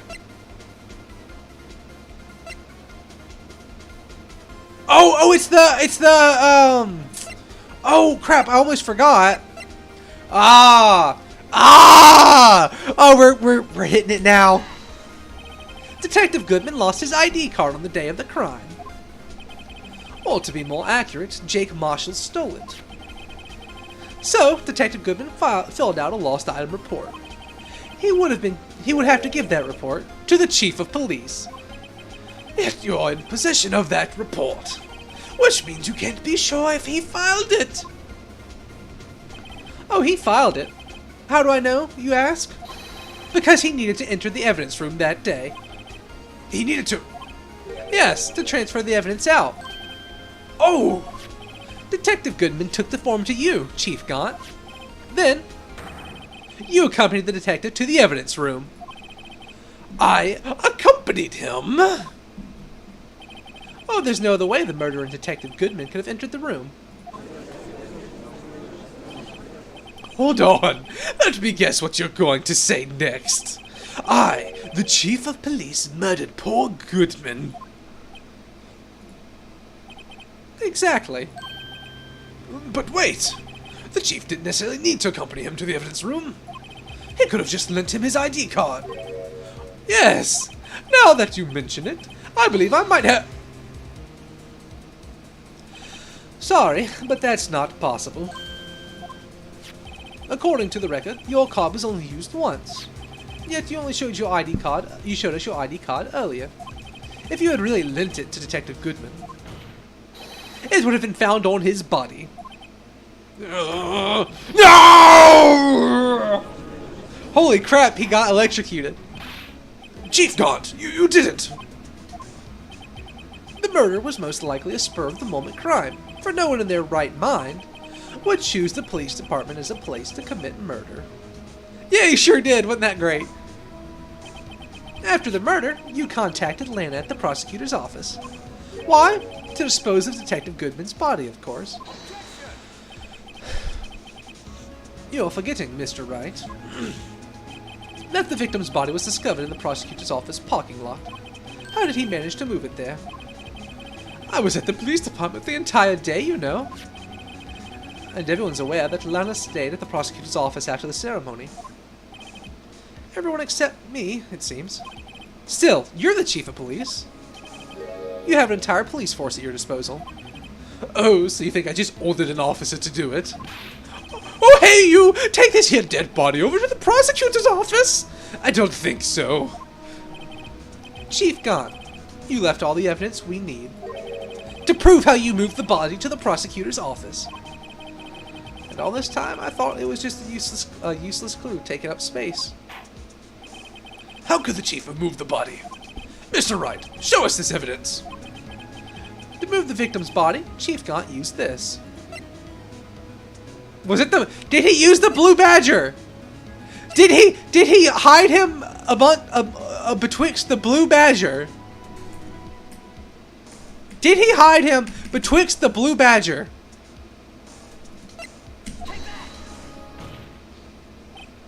Well? I see. Maybe I'll use this later.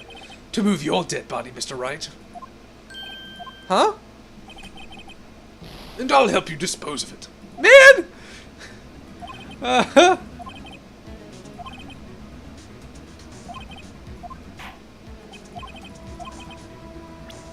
Man, I was really hoping... I didn't see how it made sense, but I was hoping because it would have been hilarious.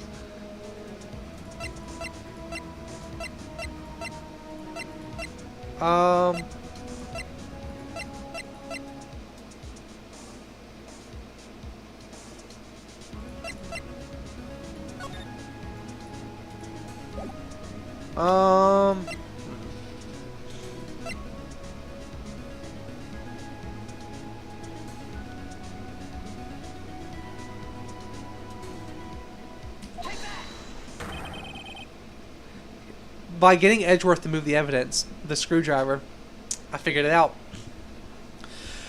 This is how he moved Detective Goodman's body. What's that? A screwdriver? But what does that have to do with this case? Mr. Edgeworth, you're about to find out. Because Edgeworth had this... So, if you look at the description on the screwdriver, evidence from a past case of Edgeworth's brought back to his office by Gaunt's request. So this was brought to Edgeworth's prosecutor office by Gaunt's request. So they used the evidence transferal to hide the body. Mr. Edgeworth, think back to the day of the crime. What is this screwdriver doing here? It's here because... I was asked to go by Chief Gaunt, no less. He told me he wanted me to keep it here in the prosecutor's office. In any case, on the day of the stabbing, I brought this back here. He had Edgeworth come by so he could hide the body. After the ceremony ended that day, I didn't plan to return to the prosecutor's office. But you did, because Chief Gaunt asked you to. You mean I... The body was found in the trunk of Mr. Edgeworth's car. I think it's obvious what happened. The body was moved by that car. Oh, we're in it now. Detective Goodman's body was carried in the trunk of Mr. Edgeworth's car. Yes, unless, of course, you have another explanation, Chief. Why else would you have asked Mr. Edgeworth to transport evidence from a closed case? There's only one plausible explanation. To transport the body to your accomplice, Miss Lana Skye.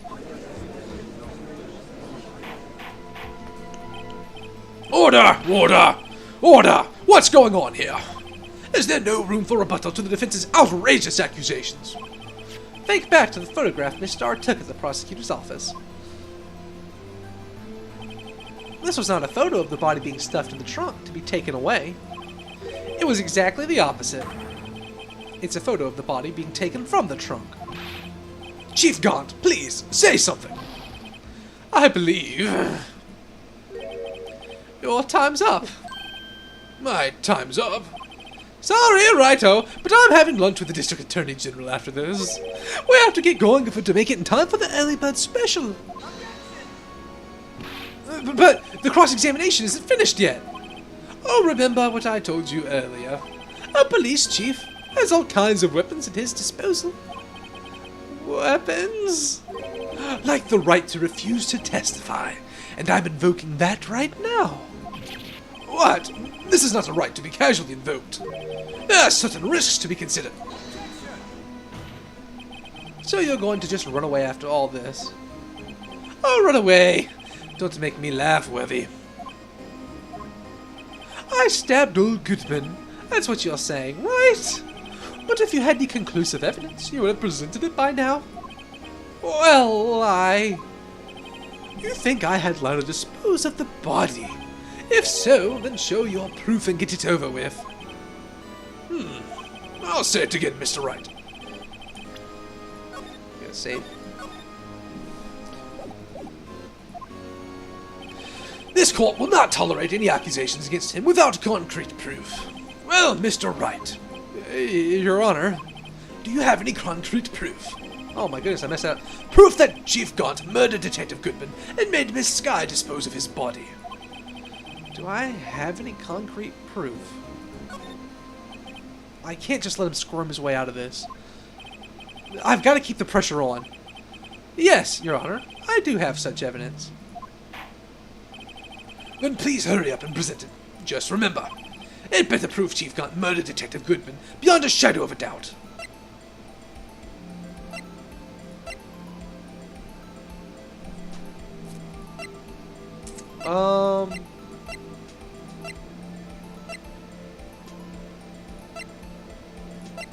This?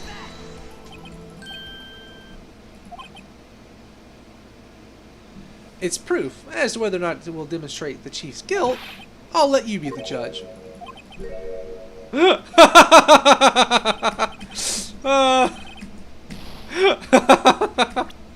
That's a pretty funny little exchange. Ah, what is it? Yeah, it's a really impressive legal system. Let's save right here so I don't have to skip through all that again.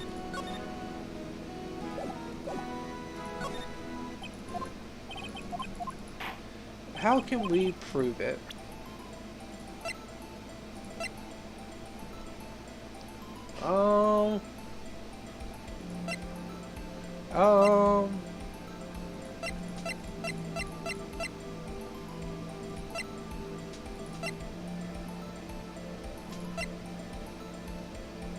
Um, huh.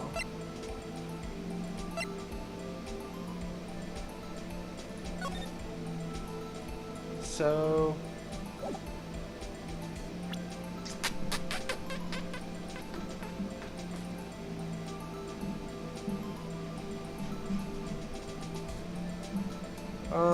I might just look up the hit on this one. I'm kind of confused. Right.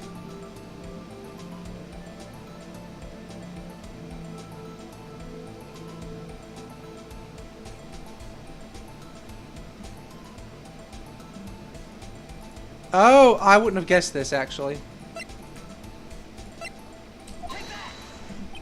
Okay, it's a good thing I looked, because I would have been stuck for a good while on this.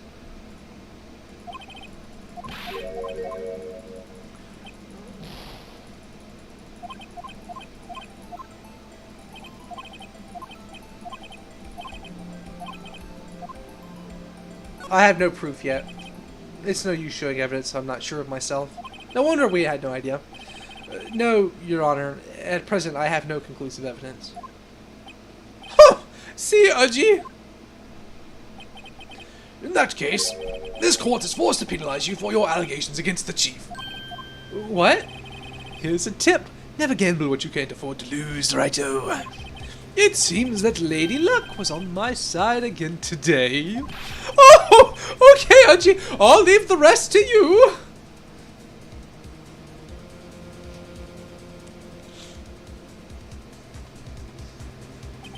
I warned you earlier, Mr. Wright.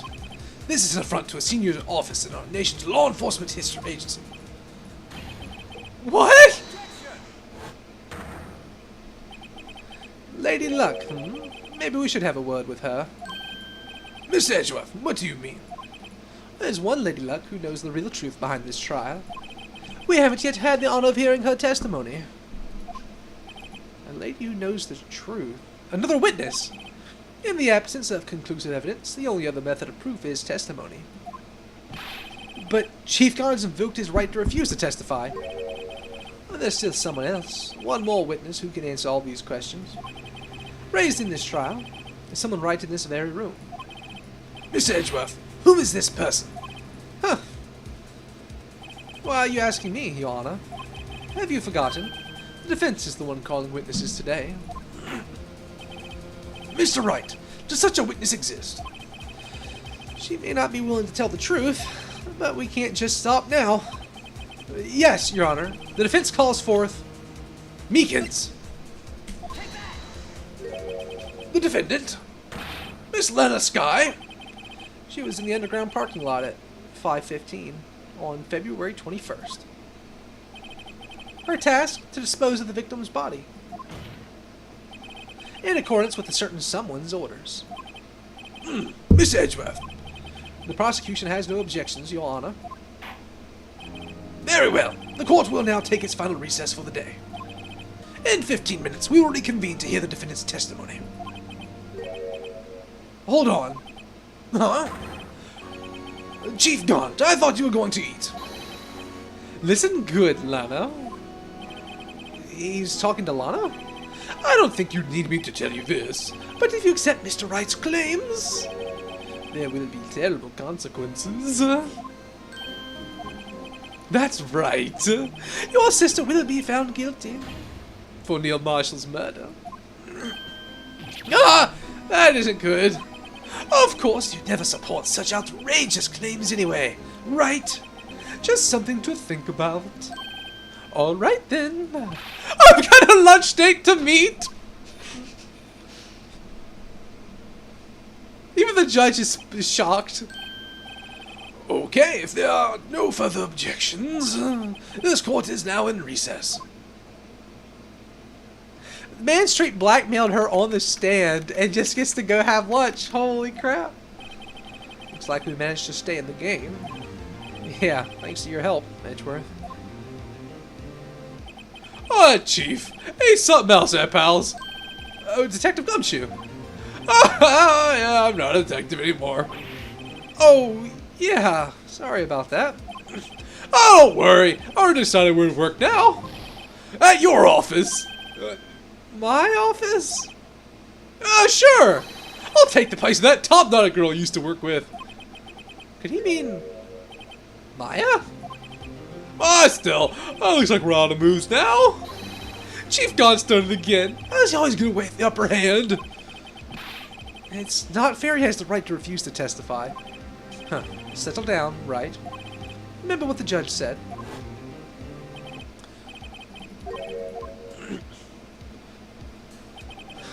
Risks. What did he mean by that? It's simple. If the chief refuses to testify, the opposition also holds true. You mean he forfeits his right to say anything, too?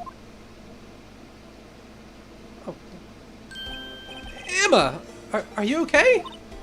Yes. When I came to, I was in the medical office. I've been listening to the trial from the gallery. So she heard everything that's been going on. Emma, I'm sorry for what I said before. Oh no, don't be. It was the truth. You know, it's funny. I almost felt somehow relieved. Relieved? Yes. Now I finally know what really happened. To think that all this time, my sister was being blackmailed by that terrible man. And she did it all just to protect me. Ever since her appointment as chief prosecutor. Everyone who knew her said she changed. Perhaps it was easier that way for her. Oh, what do you mean? What do you think I mean? To follow Chief Gaunt's orders. She must have shut herself up deep inside. To force herself to do anything and everything the Chief told her to do.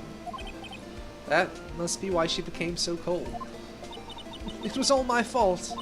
It's all because I murdered Mr. Marshall. Hey, don't go blaming yourself now! If you want to blame anyone, blame society, pal!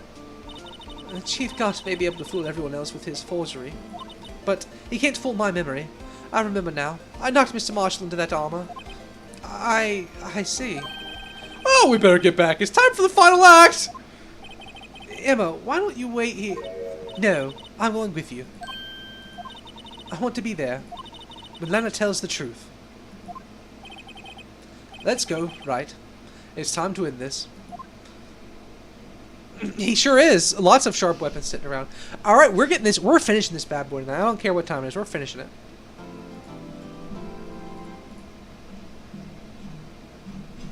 Let me just make all these alerts go away. Bow, bow, bow, bow.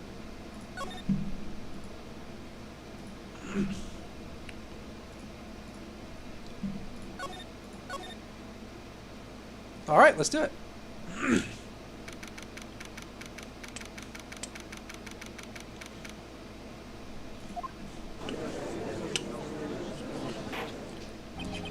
Now then, will the defendant, Miss Lana Skye, please take the stand?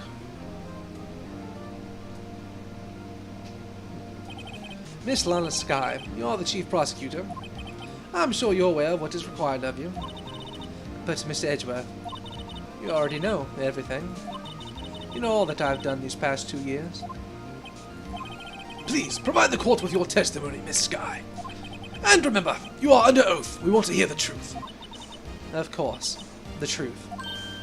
Lana, no matter what happens, I'll always be your sister. Now then, your testimony, if you will. First, tell us about your relationship with Chief Gaunt. Everything hinges on your testimony. You're the only chance we have to get Gaunt. We're gonna get Gaunt. We're gonna let Gaunt get. I worked alongside Gaunt for years. There's no truth to his blackmail theory. I fabricated evidence 2 years ago all by myself. When I found Prosecutor Marshall's body, I rearranged the crime scene. My only motivation was to get Doc convicted. It had nothing to do with Emma. Are you sure about this testimony? Your Honor, I'm confessing to a capital offense. Of course I'm sure. But Lana! If this is true, then that means Chief Gaunt has nothing to do with this. That's what I've been telling you from the beginning. Please, Mr. Wright, you've got to help her. She's sacrificing herself because of me. But what if she's telling the truth? She's not. I know my own sister. She can read minds. Whenever she speaks stiffly like that, she's hiding something inside. And I can read her mind. Deeply down, she's really screaming in agony. Yeah, this is no time to start second-guessing myself. The defense may now begin its cross-examination.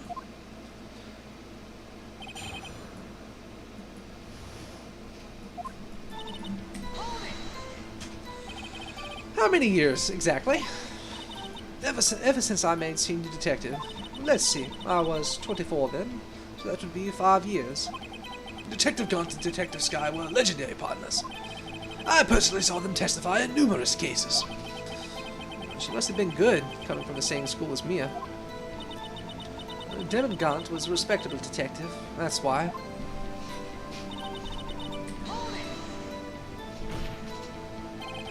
But think about it, Miss Skye.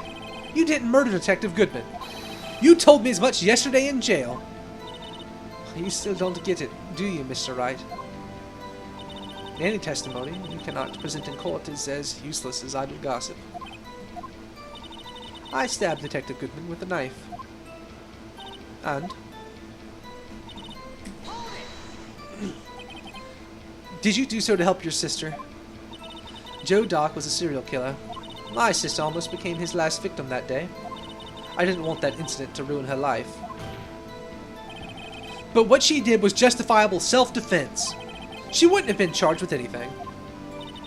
That's not the point. She was traumatized that day, all because of that creep. That's why I couldn't forgive him. Lana. Oh, so that's why you fabricated the evidence 2 years ago? You say you did this all by yourself. Yes. Would you mind telling us what you found when you arrived at the crime scene? It seems I was the first person to discover the scene. The broken prosecutor award knife was stuck in the victim's body. What? But Prosecutor Marshall died from an unfortunate accident. And that's only a situation you dreamed was possible. The reality is, it wasn't my sister who took the prosecutor's life. Fantasize all you want, Mr. Wright, but I'll never change this statement. You mean Prosecutor Marshall wound up being killed by a dog? Something like that. If that is so, what happened to the other murder weapon? Doc was carrying a switchblade knife. Oh, that was lying on the floor a little distance away. It was probably knocked away in the struggle. That's not how it went down. She's trying to cover up her lies with more lies. All just to protect me. So when you found the scene like this, what did you do? After all, this is what everything boils down to. Yes. You planted the tip of Dark's knife in the victim's wound? And then you moved the body? But why? Why would you do that? You of all people should know, Edgeworth. You've always had a good head on your shoulders. My head isn't that bad, but maybe I ought to ask for the sake of the others.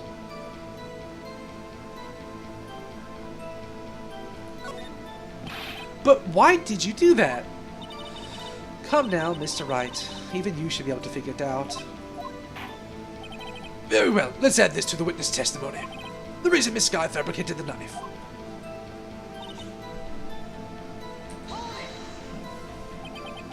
According to your testimony, Prosecutor Marshall's broken knife was the murder weapon, right?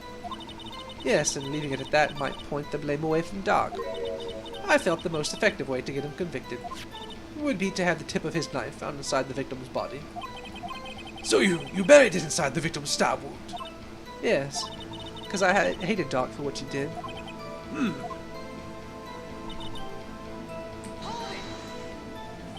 So you rearranged the crime scene. Are you sure you didn't do this to keep Emma from looking like the murderer? It is a little confusing. How many times do I have to tell you, Mr. Wright? Emma didn't do it. Period. Are you so desperate to hide that fact? You're willing to risk the death sentence? She's lying. She did it so I wouldn't be blamed for what happened. In any case, as a prosecutor, what I've done is unpardonable. There's nothing I can do to make up for my actions. Mr. Wright, my sister's lying. It looks like she's determined to protect you to the end. She insists she fabricated the evidence, but she insists she fabricated the evidence by herself. There's no way she could have done it alone. I've got to get Lana to talk more. If she's lying, then she's bound to slip up and make a contradiction.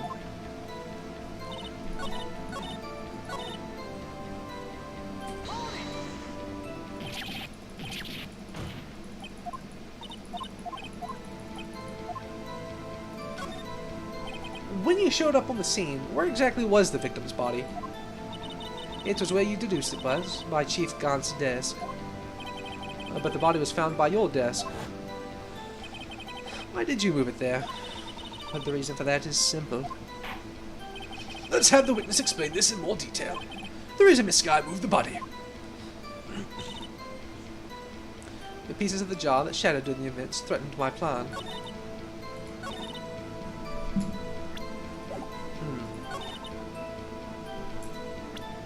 Um...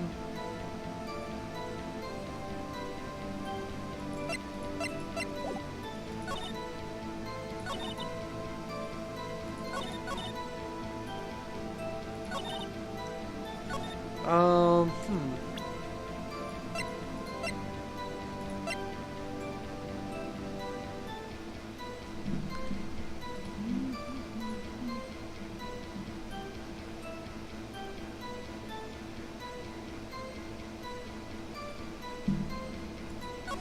Alright, that's what I thought. Because they couldn't have written the name on there before the jar was shattered. After the jar was shattered. Yes, evidence. Wait, hold up. Wait, what? Did I mess up?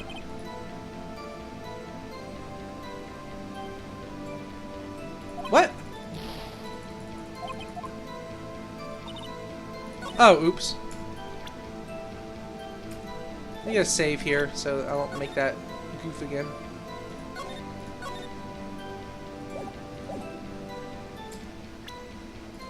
Because the jar couldn't have been broken before it was written on.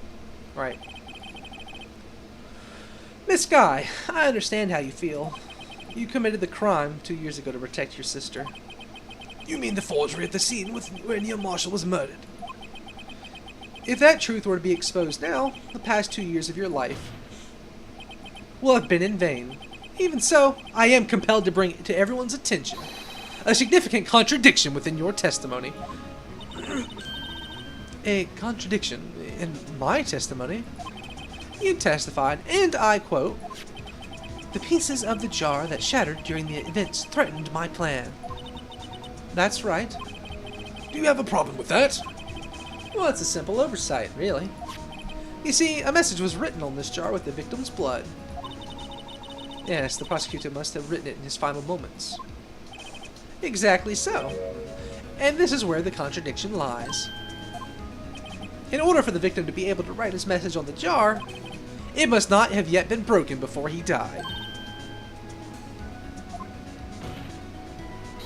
He couldn't have written his name on a shattered jar. Order! Order! Your Honor, it would appear more information is needed in regard to this jar and its bloody message. We may be missing something critical here. Something critical? Chief Prosecutor, it seems you're as in the dark as we are about the truth towards which we're headed. What? You just tell us exactly what you saw. We'll piece together the information to arrive at the truth. Mordor! Mordor! Very well. The witness may now continue her testimony.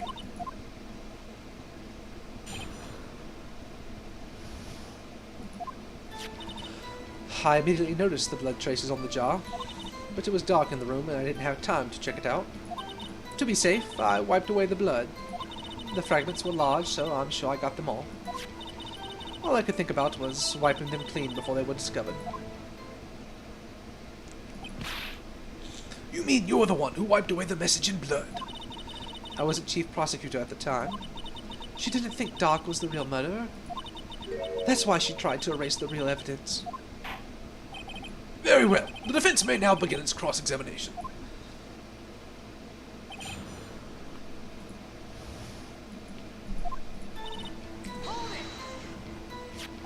So the jar was already broken.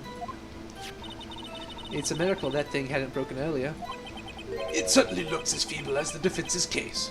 But not as feeble as the judge's judgment. You were an ace detective who never missed a detail. You really expect us to believe you didn't investigate what was written on the jar pieces? Normally I would have. So you didn't know your sister's name was written on the jar? No, if I had known, I would have gathered all the pieces and ground them to dust. Well, that helps my case.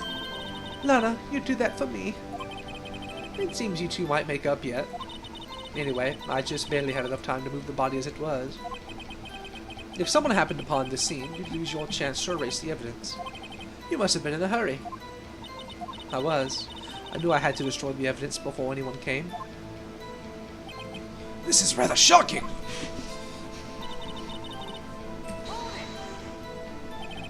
I'm afraid this action of yours reveals what really happened. What do you mean? If you really thought Dart killed Prosecutor Marshall, you wouldn't have wiped away the blood. What else could I have done in that situation? Lana! I only had a few moments. There wasn't enough time for me to do anything else but gather up the pieces. But how could you see with the power out? It would have been pitch black in that office. A detective is always prepared, Mr. Wright. Even now I always carry a pocket light and a camera with me. Even I carry a bottle of emergency luminol wherever I go. I never missed anything. I got every last piece.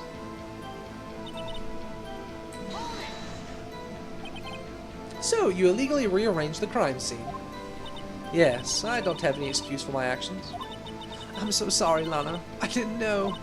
I've treated you so badly all this time. It's not too late. There's still plenty of time to make up while she's in jail. After we've gotten to the bottom of this incident. No doubt this will leave a permanent stain on the history of the prosecutor's office. More contradictions have surfaced in her testimony. Your sister's really putting up a fight.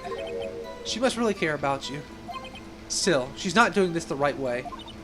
I think I finally figured out the contradictions in her testimony. There's one final possibility that might turn everything around.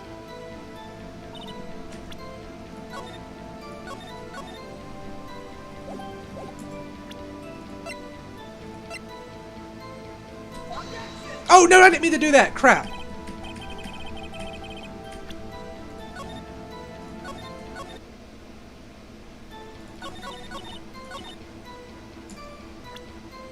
I wanted to look at it, not present it.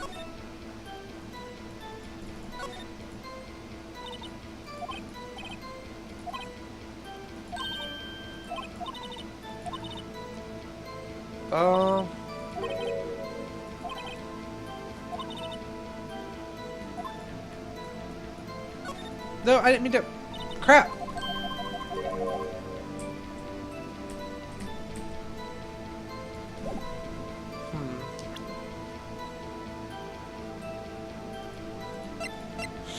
Let's think. I'm so tired.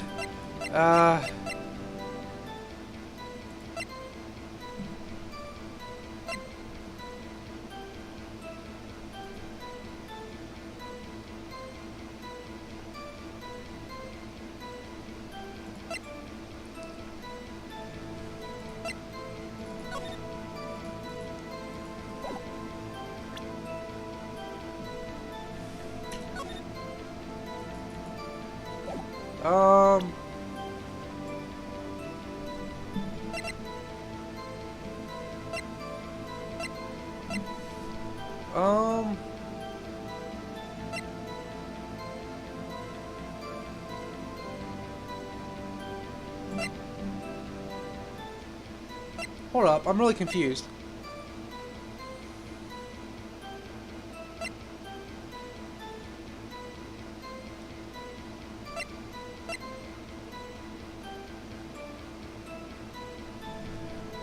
Oh, okay. I'm using the hints really heavily here. I'm using the hints really heavily here because I'm tired and not thinking clearly, and I want to get done. So apologies, because there was a piece of this in the safe. Gaunt kept a piece of it. It's so obvious. Miss Skye, I believe this jar conceals a truth even you were unaware of. What? We found the final piece of the jar in Chief Gaunt's safe.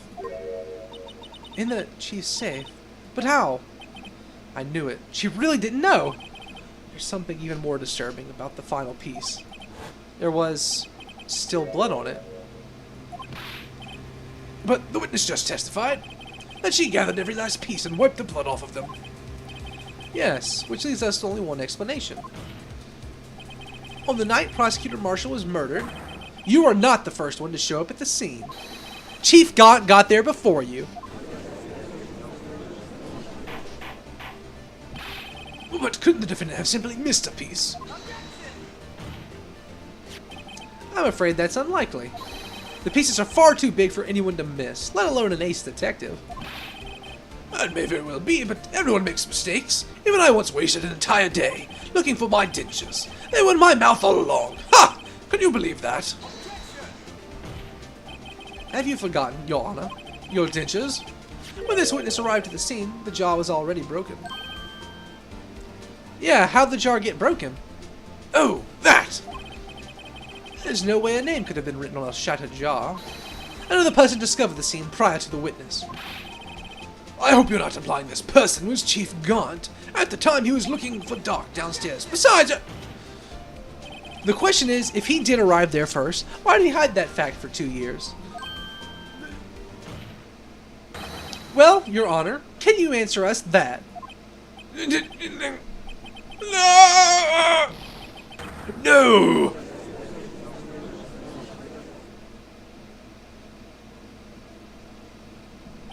Wait!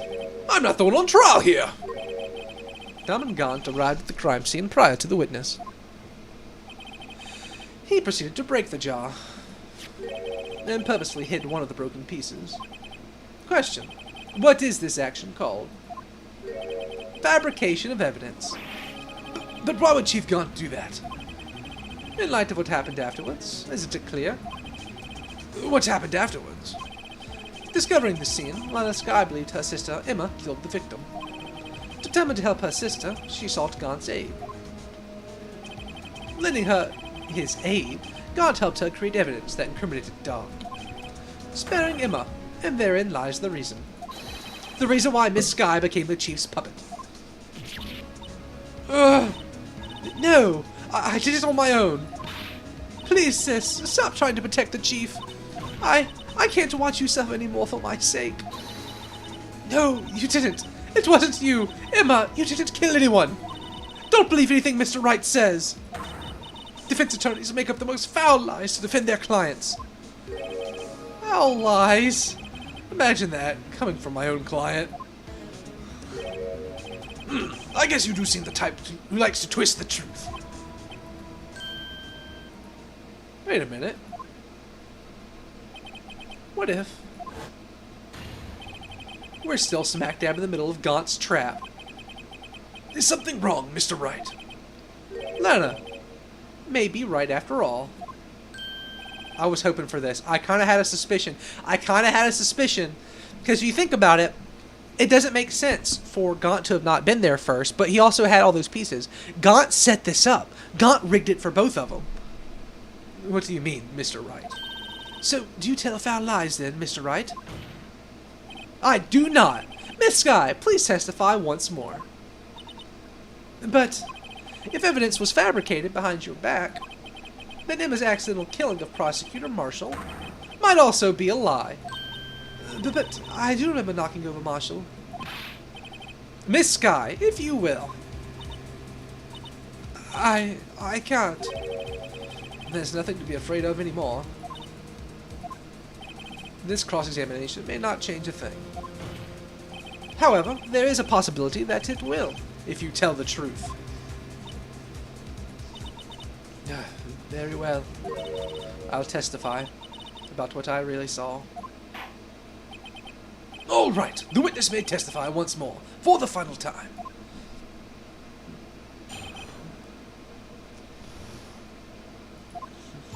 When I arrived, I found Mr. Marshall's body impaled on that suit of armor's sword.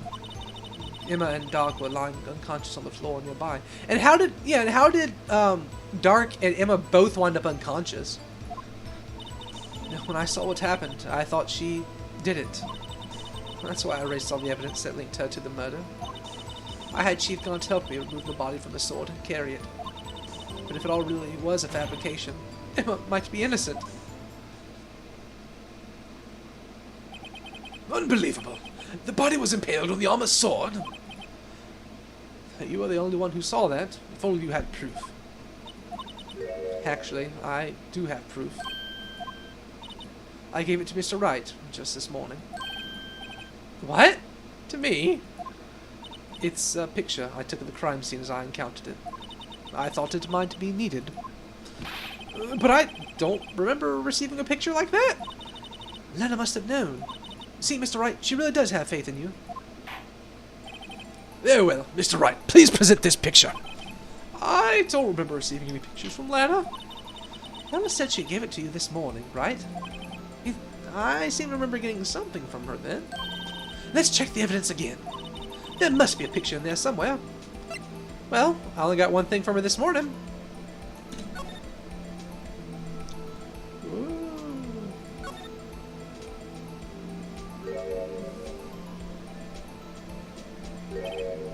Hey, there's a picture in here.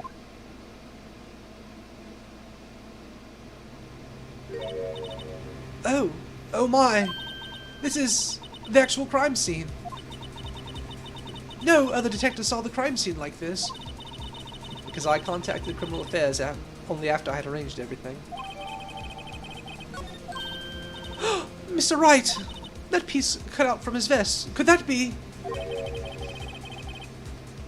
the cloth we found inside Chief Gaunt's safe.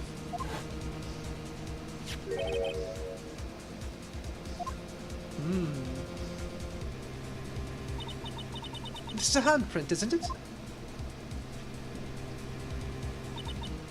That cloth, it had fingerprints on it. Whoever's fingerprints those are must be the real murderer. What? But those fingerprints... they're yours, Emma. Why are your lips turning all purple, Mr. Wright? Anyway, let's get on with the cross-examination. That's what I'm thinking, because he cut him off and just stuck her hand to it. So long as you tell the truth, we should be able to flush out the real murderer. Very well. The defense may now begin its cross-examination.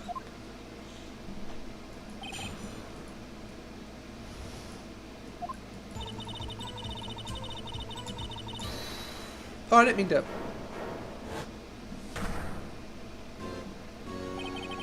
Oh, come now, Uji. This is the poorest excuse for a trial I have ever seen. Chief Gaunt. What? Now you want to make me out as the bad guy, too? Yep. If so, I'd like to put in a word or two in my defense. I'm afraid it's too late for that. What? You already declined to testify. That means you forfeited your right to make statements of any sort.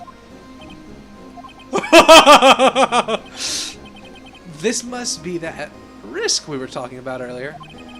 Just sit back, relax, and enjoy the sound of the noose tightening around your own neck.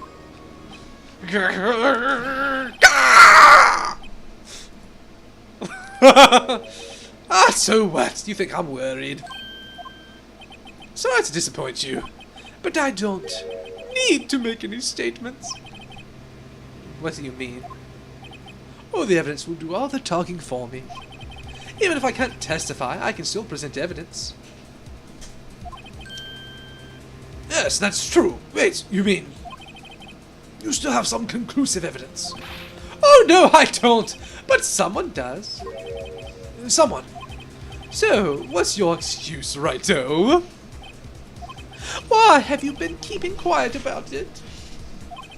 You do have something to show us, right? Or something that proves who knocked over Neil Marshall, causing his death. Conclusive evidence that leaves no room for doubt. Is this true, Mr. Wright?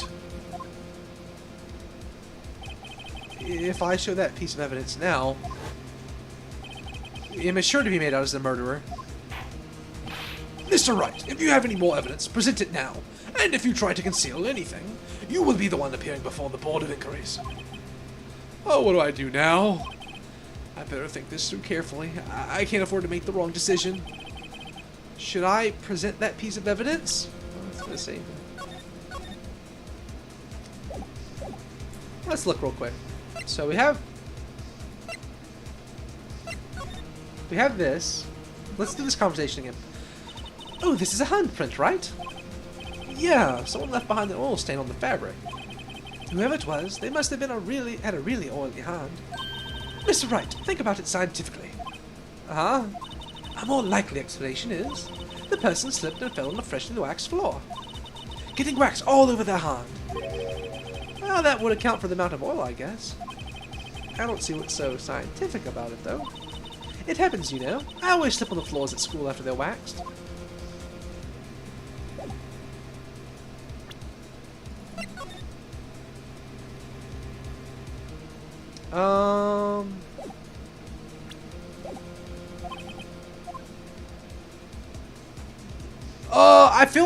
I feel like because of this. So I feel like oh no, it's relevant.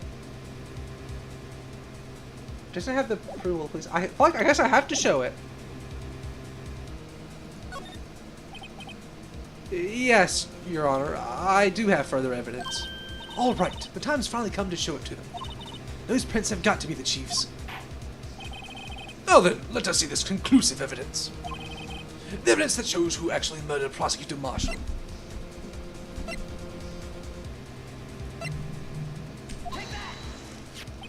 It's a piece of leather cloth. Yes, it most likely wasn't cut from the victim's vest near his chest. What's this? There's a big handprint on it.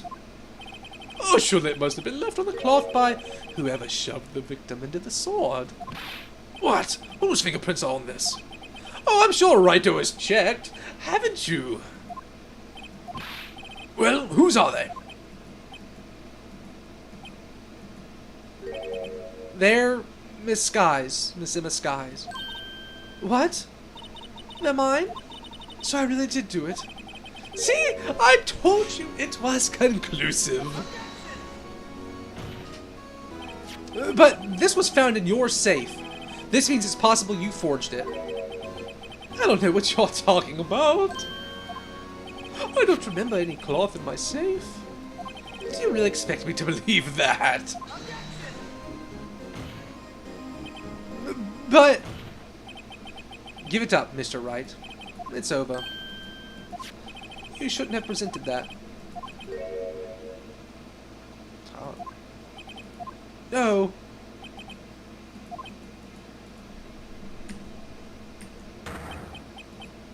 Oh, I guess that's so I wasn't supposed to show it?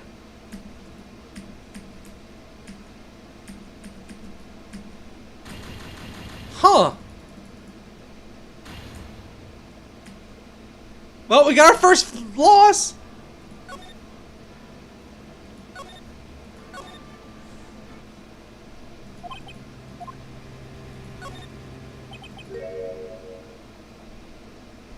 Your Honor, I don't have any evidence I can present at this time. What? You lie!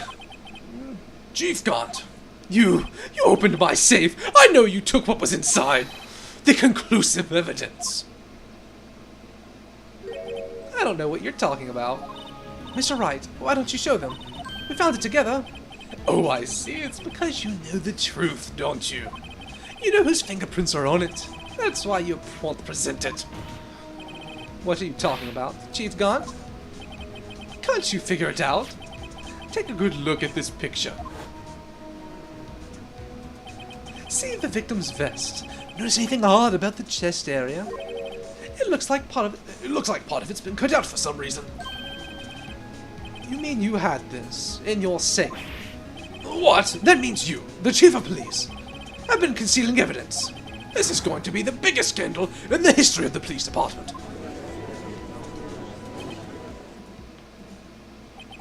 Impressive. To be honest, I didn't think you had the gall, Raito. Well, I can't just let you pin me as the murderer. I'll tell you what's really happened. What? You mean you admit to it? We're not done yet. I was the first person to arrive at the crime scene that day. It then occurred to me that I could use the situation to control Lana. So you really were manipulating her? I knew Lana. If I made it look like the blame lay with her sister, well then when she was at the scene, she would ask for my aid. So you assisted Miss Sky. I told her to arrange all the evidence. I had her plant the knife tip in the victim's body and move the body across the floor. And I ended up using that evidence to get Joe Dot convicted. When I tampered with the crime scene, I hid 2 pieces of evidence. This was before Lana arrived at the scene, mind you. 2 pieces of evidence? You mean those items in your safe? But why? For insurance, of course. Insurance? I was sure my plan would work, but it's always best to be prepared for the worst. It wasn't about to let anyone blame me for a murder that girl committed. You mean you're calculating that far ahead while forging the evidence? What you take me for, a fool? I don't make police chief by dumb luck. See this jar fragment? I hid the most legible part of Emma's name. I didn't expect Lana to go and wipe the blood off all the pieces. But if you fabricated all that evidence, who's to say you didn't fabricate the message on the jar too? Because how did the jar wind up falling on the ground and breaking? Some people just don't know when to quit, do they? That's why I kept one more item for insurance. You mean, the piece of cloth? Oh, come on, Righto. Cough it up already. I know you have it. What are you waiting for, Mr. Wright? So you admit to it then, Chief Gaunt. You get another save going. That you were hiding the cloth you cut off the victim's vest in your safe. Oh yes, I admit it. I didn't want to have to do that, being chief and all. But it's a lot better than being portrayed as a murderer. Well, Mr. Wright, what do you have to say for yourself? Just a moment ago, you said you didn't have any evidence you could present. Oh, foolish move, Righto. You should have shown it to them before it was too late. It's been a long battle. But the moment of truth has finally arrived. As long as I don't mess up here, victory is mine. I can't... even if I did, it'd just expose that poor girl's fingerprints. Right, think hard over the circumstances. The circumstances? I'm talking about then and now. There's one major difference between the two. Weren't you waiting for that difference? So...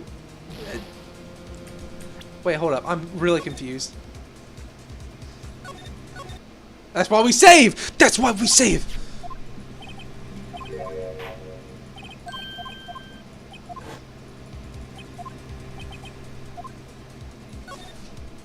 Your Honor, I do have evidence to present now. All right then, let's see this conclusive evidence. Evidence that shows who actually murdered Prosecutor Marshall.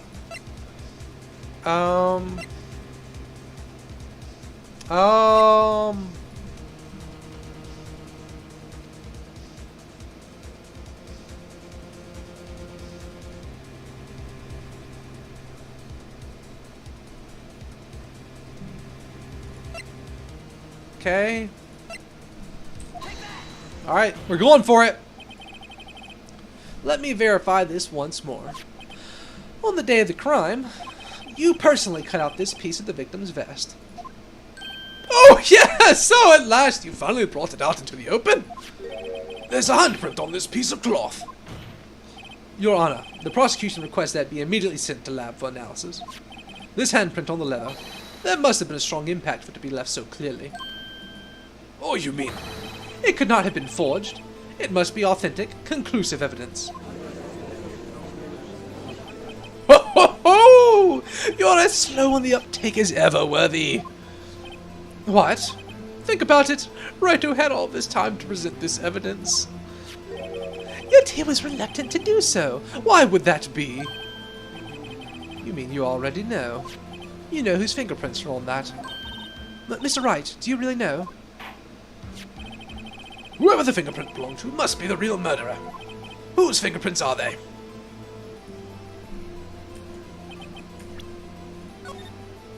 Alright, we got... You know it's serious when you have two different safe scums going at the same time.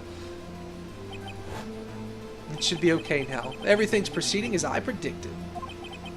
I see now the logic was we needed to not show it to get him to admit to it before we pull out the real evidence. Emma Skye? What? They're mine. I'm sorry, Emma. But why? Why didn't you tell me? Oh, you're really something, Righto! You knew this girl did it all along, and you still tried to pin the murder on me. So it's true. Tragic, but true. This girl really did shove Prosecutor Marshall to his death. How could you? You monster! Miss Skye, you knew those fingerprint slows were all along, yet you acted like she really didn't. Miss Skye, it's not over yet. What? I said this trial isn't over yet. Ha! But I'm afraid it is over, boy. Not only this trial, but your career too. You purposely concealed this conclusive evidence. That, my friend, is a serious offense. I'm looking forward to pressing charges after the defendant is convicted. Oh, I'll have your badge, boy! Oh, what's the matter? Cat got your tongue. Aren't you going to tell us how it feels? How it feels to be the one who single-handedly turned a poor little girl into a murderer. Before I do that, there's just one little thing I have to clear up.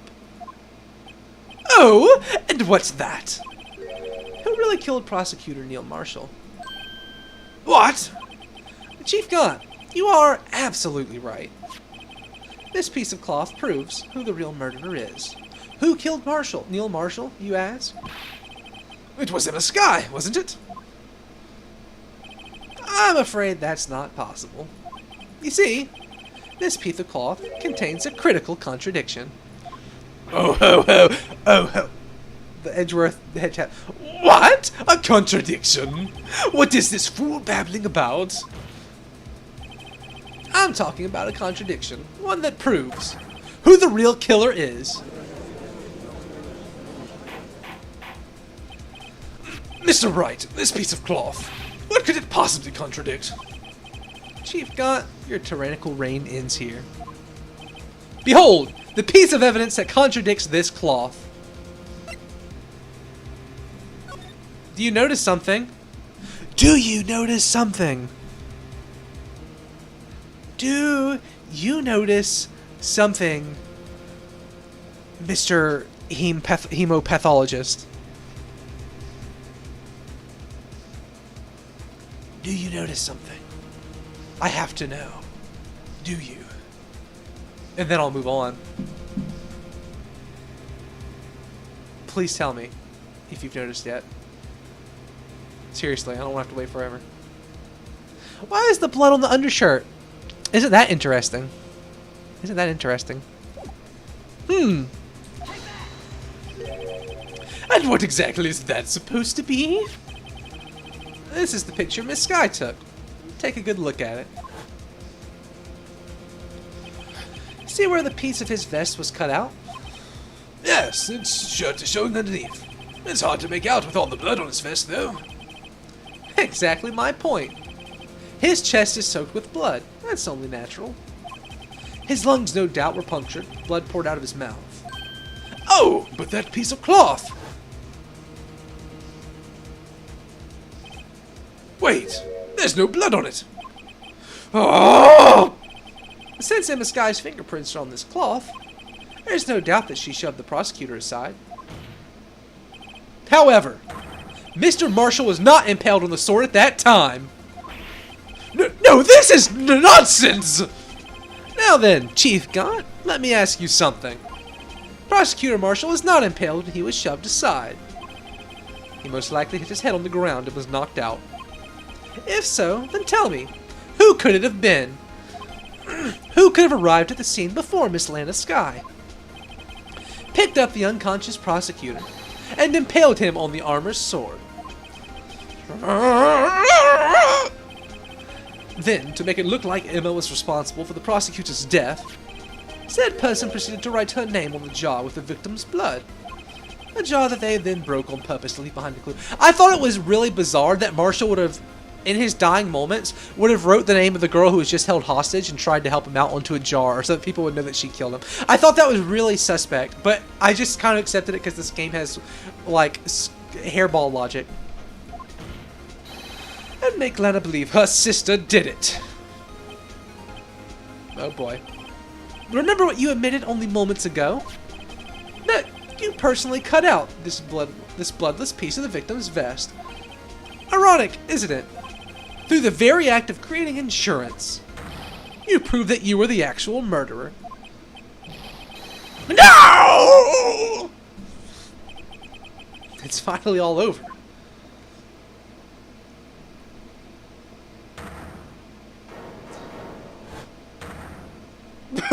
Oh boy.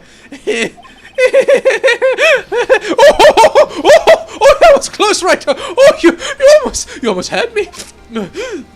Sorry, but you have to do better than that. I refute your allegations.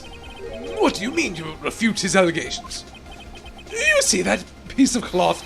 It's illegal evidence! Order! Order! What nonsense is this? I love how he doesn't get to speak in his defense, but he gets to speak in his defense. Illegal evidence cannot be used to convict a suspect. Remember, a G. Earlier, all right to here concealed that piece of cloth.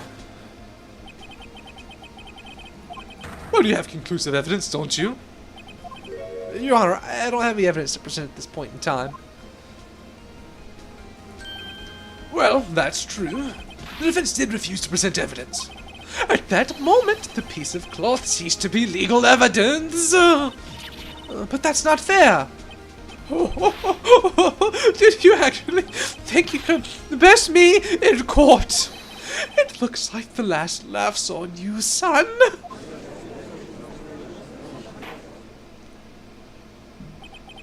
I'm afraid Mr. Gaunt's claim is legally correct. Well, Mr. Edgeworth. True, illegal evidence cannot be used to convict a person. Assuming, of course, that the evidence is indeed illegal. Well, Mr. Wright. Here we go. It seems, at last.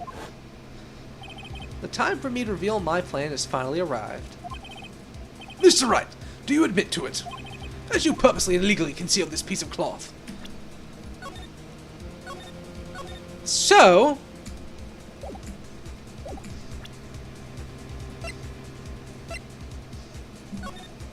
no evidence shall be shown without the approval of the police department. I didn't have his approval to show it until after he said so, right? Right?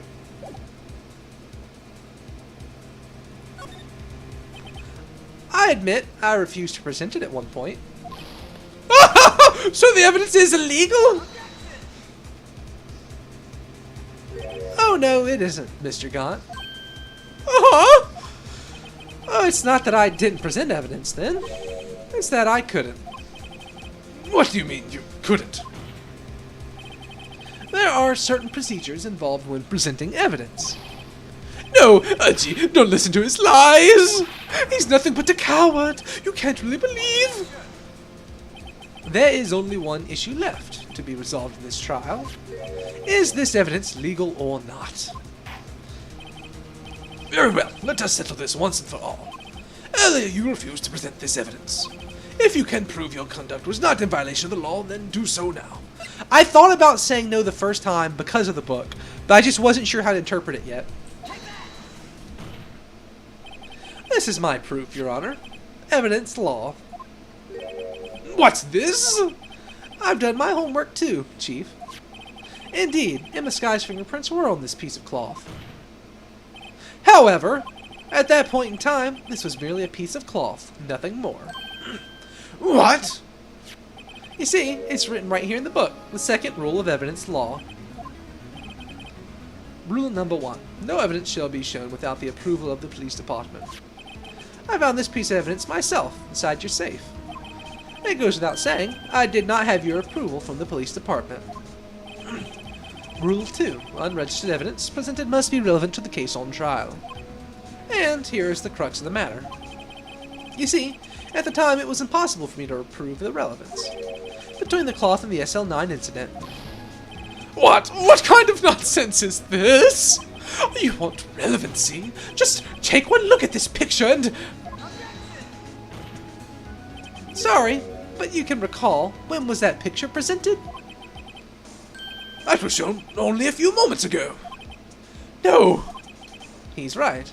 At the beginning of today's trial, that piece of cloth was still meaningless. The person who gave it value as evidence was you, Damon Gaunt. You yourself confessed to a certain truth. Let me verify this once more. On the day of the crime, you personally cut out this piece of the victim's vest. Oh, yes! No! It was then that you approved this cloth as conclusive evidence. Yes, you did. The chief of police personally approved this cloth. The only person who could have cut this from the victim's vest is the one who stood before Prosecutor Marshall in his final moments. In other words, the real murderer. And there's only one person who that could be. Damon Gaunt, the killer was you. No!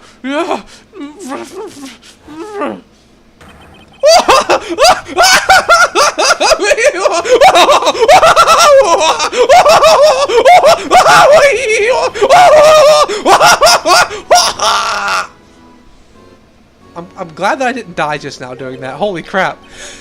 I knew I should have gotten rid of him. That good-for-nothing scum. For 2 years, he's been snooping around the department, trying to get something on me. Crimes are being committed every day, yet he insisted on hounding me. Well, your crime wasn't exactly petty. He wanted to reinvestigate the case. He recruited Angel Starr, then convinced Bruce Goodman. Detective Goodman. Yes, that's right. If the evidence is transferred, I'll lose my only chance to find out the truth. Please, you got to help me. Goodman turned him down, as he ought to. Still, Jake Marshall didn't know when to quit. He stole Goodman's ID card and tried to take the evidence. Goodman came to me that day. He wanted to file a lost item report. I went with him to the evidence room. Oh, then all of a sudden he decided to speak out. What are you talking about, Goodman? Can you please reopen the investigation? Chief? We can't transfer the evidence out. There are too many questions left unanswered.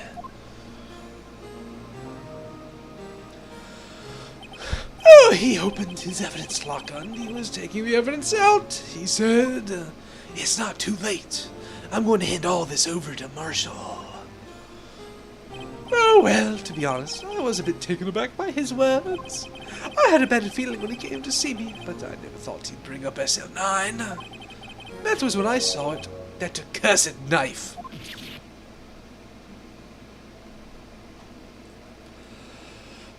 I could have just pulled it out. Doing so would have only led to more blood, making it near impossible to hide your crime. Even so, the blood was just pouring out. I don't know who might stumble in, so I hurried to wipe it up. I was worried so much about the floor, I didn't realize my fatal mistake. The bloody handprint on Detective Gumshoe's locker. It used to be known as the crime computer. But everyone has to start somewhere, I guess. I was too nervous. I had no business doing any of it. Then you put the body in my car. Oh, I'm sorry, I couldn't think of any other way to move the body. I broke your trunk, but what's the big deal? You make a lot more than us detectives ever will. Leaving the prosecution's car aside, how? How could you get Miss Sky involved in all of this? Well, she had as much to lose as I did if the truth came out. So you took the evidence from Detective Goodman's locker. Well, I felt bad for having to do it. I also didn't have time to pick and choose what to take. So, you left the jar fragments in the glove. Yes, it looks like I was better off being an investigator of crimes than a committer.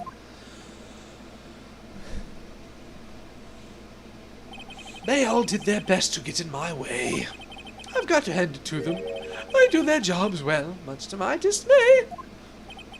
Fake evidence doesn't hold up very well upon closer examination. You must have known that. Tell me, Worthy, why did you stand in court? Me? You despise criminals. I can feel it. You and me, we are the same. One day you'll understand. Oh, believe me, you will. You're just one man. You'll see what it really takes to bring them down once you try to go it alone.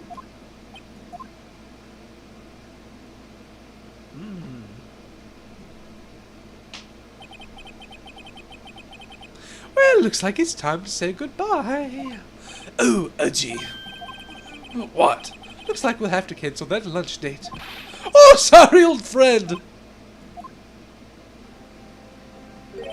I'm sorry too, Damon Gaunt. I knew you as you used to be, long ago. You were once a fine investigator and an example for others on the force. I'm sorry to learn that you are no longer that person. Oh, those days are gone now, Gee. Thanks for all the memories, though. Don't worry, you'll be fine. Now you have Raito here. And Worthy. With these two around, you can't go wrong. In fact, I can hear them already. The melodious sound of a new beginning.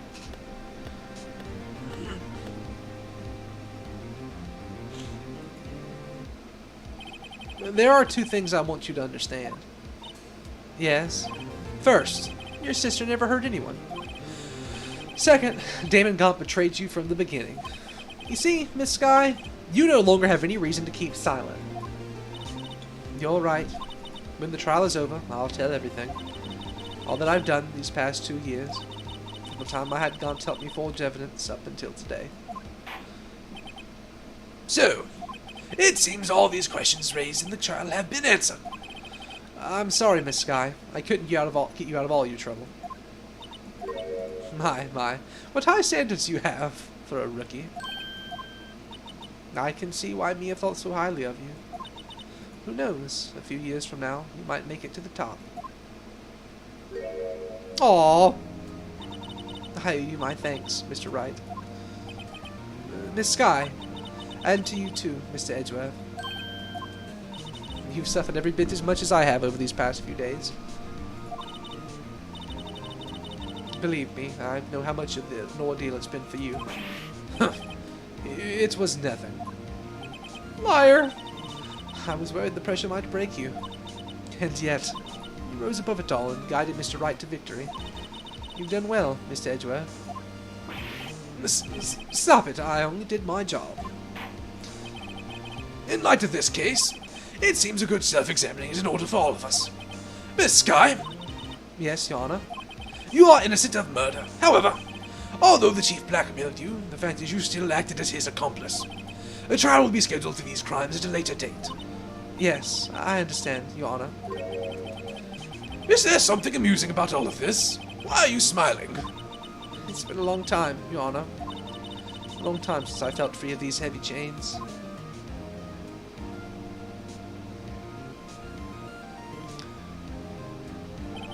Well, this trial has gone on for too long already. Regarding the charges of murder, the court finds the defendant, Miss Lana Sky, not guilty.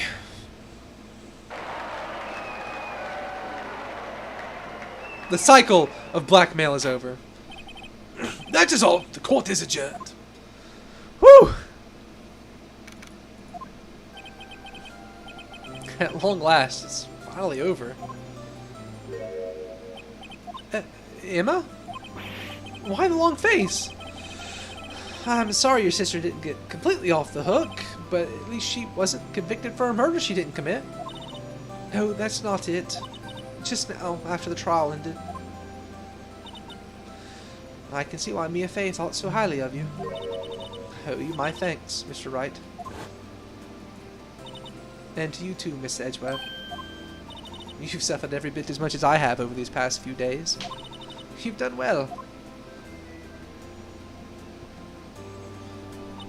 You know, I did my best too, but Lana didn't say a single word to me. Hope I'm not interrupting anything, pals. Oh, guess I am. Well, I'll come back later. Wait, Detective Gumshoe, what is it? Oh, you're doing this on purpose, aren't you? Making a detective run around all while he's on duty? And top it all, if you called me here, I've seen happier people at funerals. Hey, lighten up, pals. I'm only kidding. Oh, are you here because of my sister again? Oh, nope. Not this time. I came today because of, you, pal. Me? Oh, that's right. I thought you'd like to see someone. Lana! Oh, should you be doing this? She's still under arrest, you know. Well, I won't tell if you won't. Emma, I owe you an apology. It's okay, sis. Don't worry about it. That day, 2 years ago, It was the first time in my life I ever panicked. It was all I could do to keep myself from screaming. All I could think about was keeping you from getting wrapped up in this mess.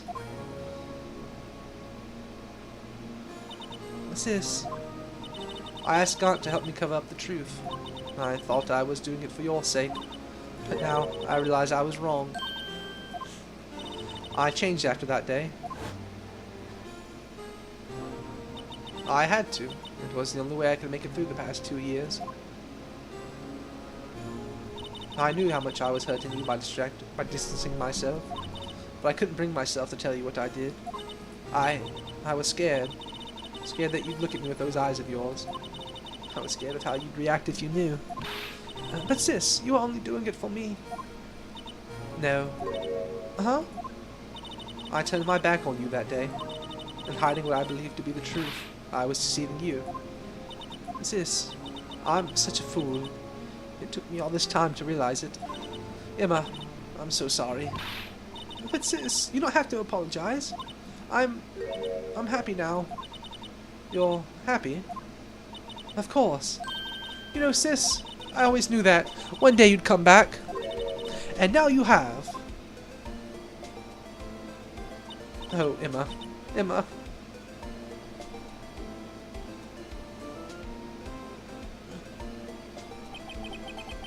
No one can change the past. The only thing we can do is strive to make up for our mistakes. Why must we make up for our mistakes, you ask? Well, because in so doing, we can find the way back to our rightful path. And it's from there that we can move on toward a brighter future. At least, that's what I felt watching the two sisters make up. Mr. Wright, Mr. Gumshoe. Me? Thank you both for all that you've done. I'm sure we'll meet again someday. Isn't that right, Edgeworth? Edgeworth? Oh, stop hiding and come over here. Someone's mad. Where was he hiding? I just came to say, congratulations. Thank you. Oh, thank you, Mr. Edgeworth. Right, well, I'll be gone now. Mr. Edgeworth, I hope you don't blame yourself for what happened. We were the ones who acted corruptly, not you. It is too late for me. No matter what anyone may say, I realize today that I can't correct my mistakes. Mr. Edgeworth. Not only that, but I don't even trust myself anymore. Chief Gaunt was right. You despise criminals. I can feel it. You and me, we're the same. One day you'll understand. Oh, believe me, you will. You're just one man. You'll see what it really takes to bring them down once you try to go it alone.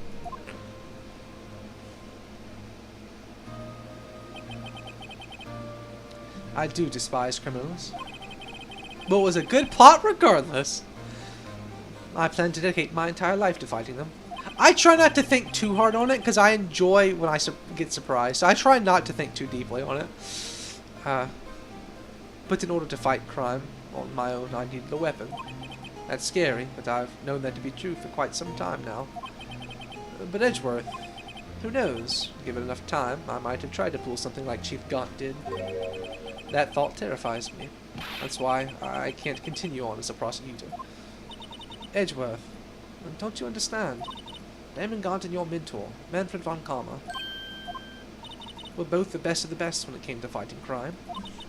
But they both made the same mistake. You said, in order to fight crime on my own, I'd need a weapon. That may be true, but think back to today's trial. You weren't alone. You were working together with Mr. Wright, and because of that partnership, you were able to present evidence that otherwise would have gone undiscovered. Isn't that right, Mr. Wright? Uh-huh. What? Oh, yeah. Oh, what is this, a pop quiz? Oh, come on, Mr. Wright. Show him what Lena's talking about. Evidence, huh? Something that neither Edgeworth nor I would have been able to find on our own.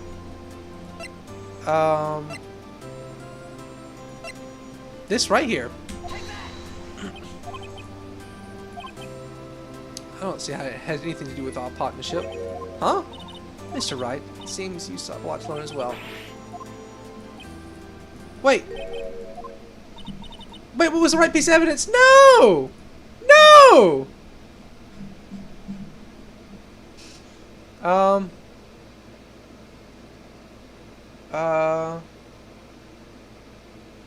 Ah! Darn! I can't go back. Take care, Chief Prosecutor. Darn! Edgeworth, what will you do now? Well, whatever you do, whatever you do, just remember, you can't let what happened, kill the prosecutor in you, or you can let it, you can let what happened kill the prosecutor in you, or you can let it help you grow. In the end, it's up to you. I know. It seems I owe you my thanks too, right? But what I face now is my problem. Edgeworth, I'll be waiting for you in court.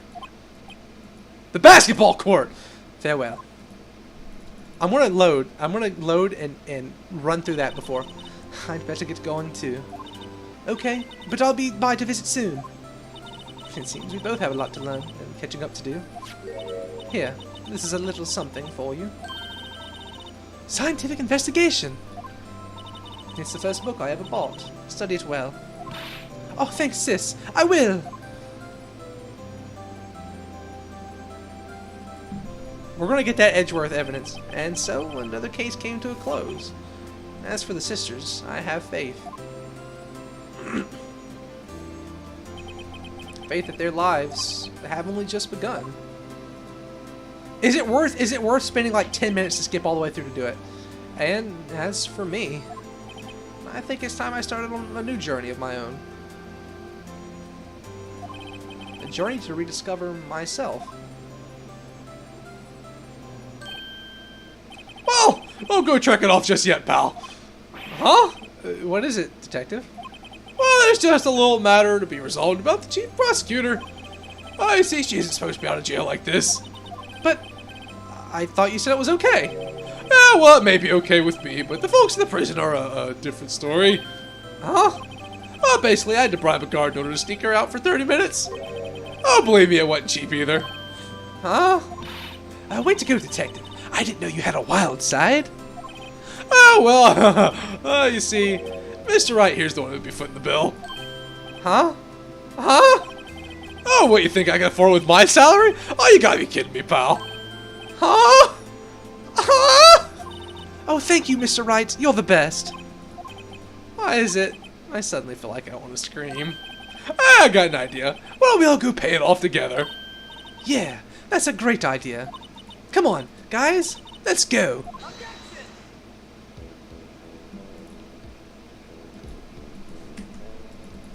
Ah! Ah!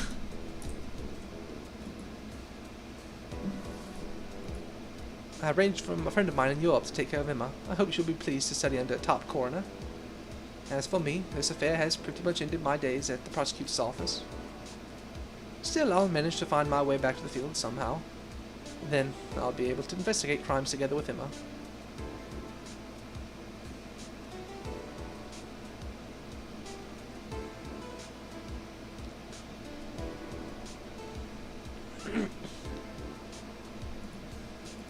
Whew. Oh, yikes. I thought I was a goner for a moment there. In the end, though, I overlooked my unauthorized investigation of the chief's office. If we penalized you anymore, it'd be worse than firing you. Ah, that is what they said. It just goes to show, it can't shake me off that easily. Probably so, yeah. He probably has an extra line. I don't think I have the energy to do it though. We're coming up on 3.5 hours so far, and I hadn't slept much in a while. Oh boy, let's see. My new mission is to guard the main entrance and take care of Billy. Can you believe it? I've been demoted to a security guard. My partner's keeping an eye on the entrance for me today. I'll show them though. Someday I'm going to make detective. Yes, sir. Then I can be just like that Dick Gumshoe.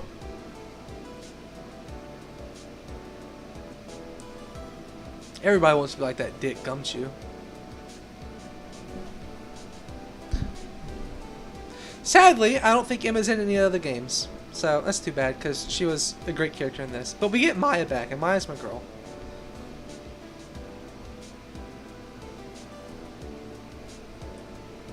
I like that we get a little check-in with the blue patcher. Oh, man. The real hero in this case. Oh, no! Emma can live on in our hearts.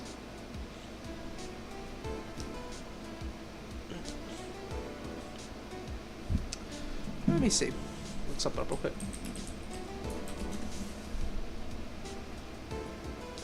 Oh, what is it? Can't you see I'm having me a showdown with the steak lunch partner? Miss Star managed to sneak this into me. She's seeing one of the gods, it seems.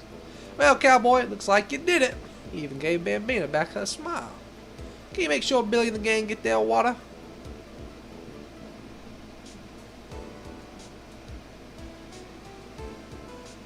Oh, crap! Oh! Ah! Looks like we won't be seeing each other for a while. As a farewell gift, I put a new meal on the menu. The right way lunch. The top layer tastes as bitter as defeat, but the bottom layer as sweet as victory. Kids seem to dig the turnabout theme. It's a hot seller around exam time. Just make sure not to eat it backwards. I've got good news for you. Emma does show up again. In fact, I knew Emma already, and I feel like a dummy for not remembering this. She just doesn't show up in any of the games that are on PC. She is in the sequel series Apollo Justice, which takes place like 10 years later. I'll never forget what the young defense lawyer said after the trial. Let's see, what was his name again? Mr. Left? Anyway, he said he'd been doing something or other for how many years? Well, anyway, I've got another trial to get to, so I'd better be... Oh, no, I forgot my gavel. Oh, sorry, got to go. But she is the detective. In the Apollo Justice series, Emma is the detective that you work with. I forgot about her completely. Holy crap.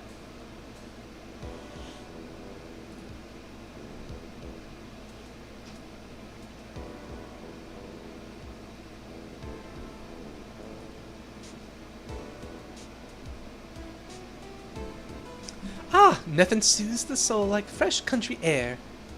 Still, sometimes I do miss hearing about you and your objections. Still, I can't go back until I'm a full-fledged spirit medium. Mystic Maya, afternoon training's about to begin. I'm coming. Well, see you around, Nick.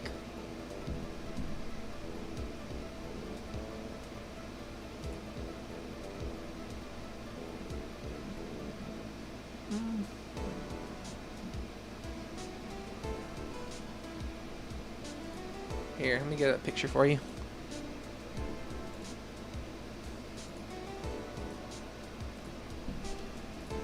I forgot about this. I have the Apollo Justice game somewhere. I don't know what happened to it. Somehow I lost all of my DS games a while back. Yeah, Maya comes back. Maya's like your sidekick. Mr. Edgeworth, I brought you your tea. Oh, what's going on? I don't remember what his voice was. Yeah, Maya is in all the other the Phoenix Wright games. So there's Phoenix Wright, there's Apollo Justice, which is the sequel series where you play as Phoenix's successor, Apollo. Thanks for coming to see me off. I can't believe I'm going to Europe. Thank you, Mr. Wright. Thank you so much for everything. I'm a little sad, but I'll be all right. Whenever I want to see Lana, all I have to do is open this book. Well, I played that game like 10 years ago. It was a little while ago.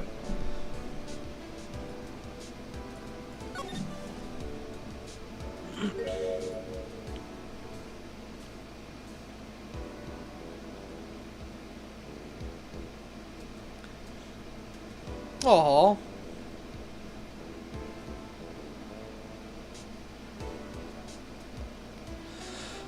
And since I didn't play this case when I played the original Phoenix Wright games, I didn't realize that Emma was connected. So there we go. There's a fun little thing for you. So Emma does actually return in the sequel game. Oh my goodness, and she has an animated GIF. Oh, it's so good. Here. Here she is, eating some chips. The Apollo Genesis series was pretty good. I enjoyed it. I didn't quite finish it. I don't know how it happened, but I somehow lost every single one of my DS games back in the day. Like, they're all gone. I had, well, except for Super Mario 64. I lost Kirby, I lost my Pokemon game that I had, I think it was White 2. I lost Apollo Justice, Scribblenauts, and like 3 or 4 other games. Like, I didn't have a lot of DS games, and somehow I lost all of them. No idea where they're at. Maybe I'll go try and find them one day in some of my old storage stuff. But Apollo Justice was pretty good. Sadly, I can't stream it because it's DS only. I don't think it's been ported because it wasn't as popular. Like, it's generally regarded as not being as good as the main trilogy. But I still enjoyed it, and it was also, you know, more up to date with like nicer animation and stuff, so it looked a little nicer. But I am pretty tired after not sleeping at all last night and then doing this for a while after working all day. So I want to stop there. I might stream something other than this game for a day or two. I would absolutely love to just keep going. Like, I'm really digging this and want to finish the other stories. But I also feel like maybe I should stream something different. So we'll see. But this is where we're going to stop for tonight, obviously, because we're done. We did it. Mission accomplished. So, adios.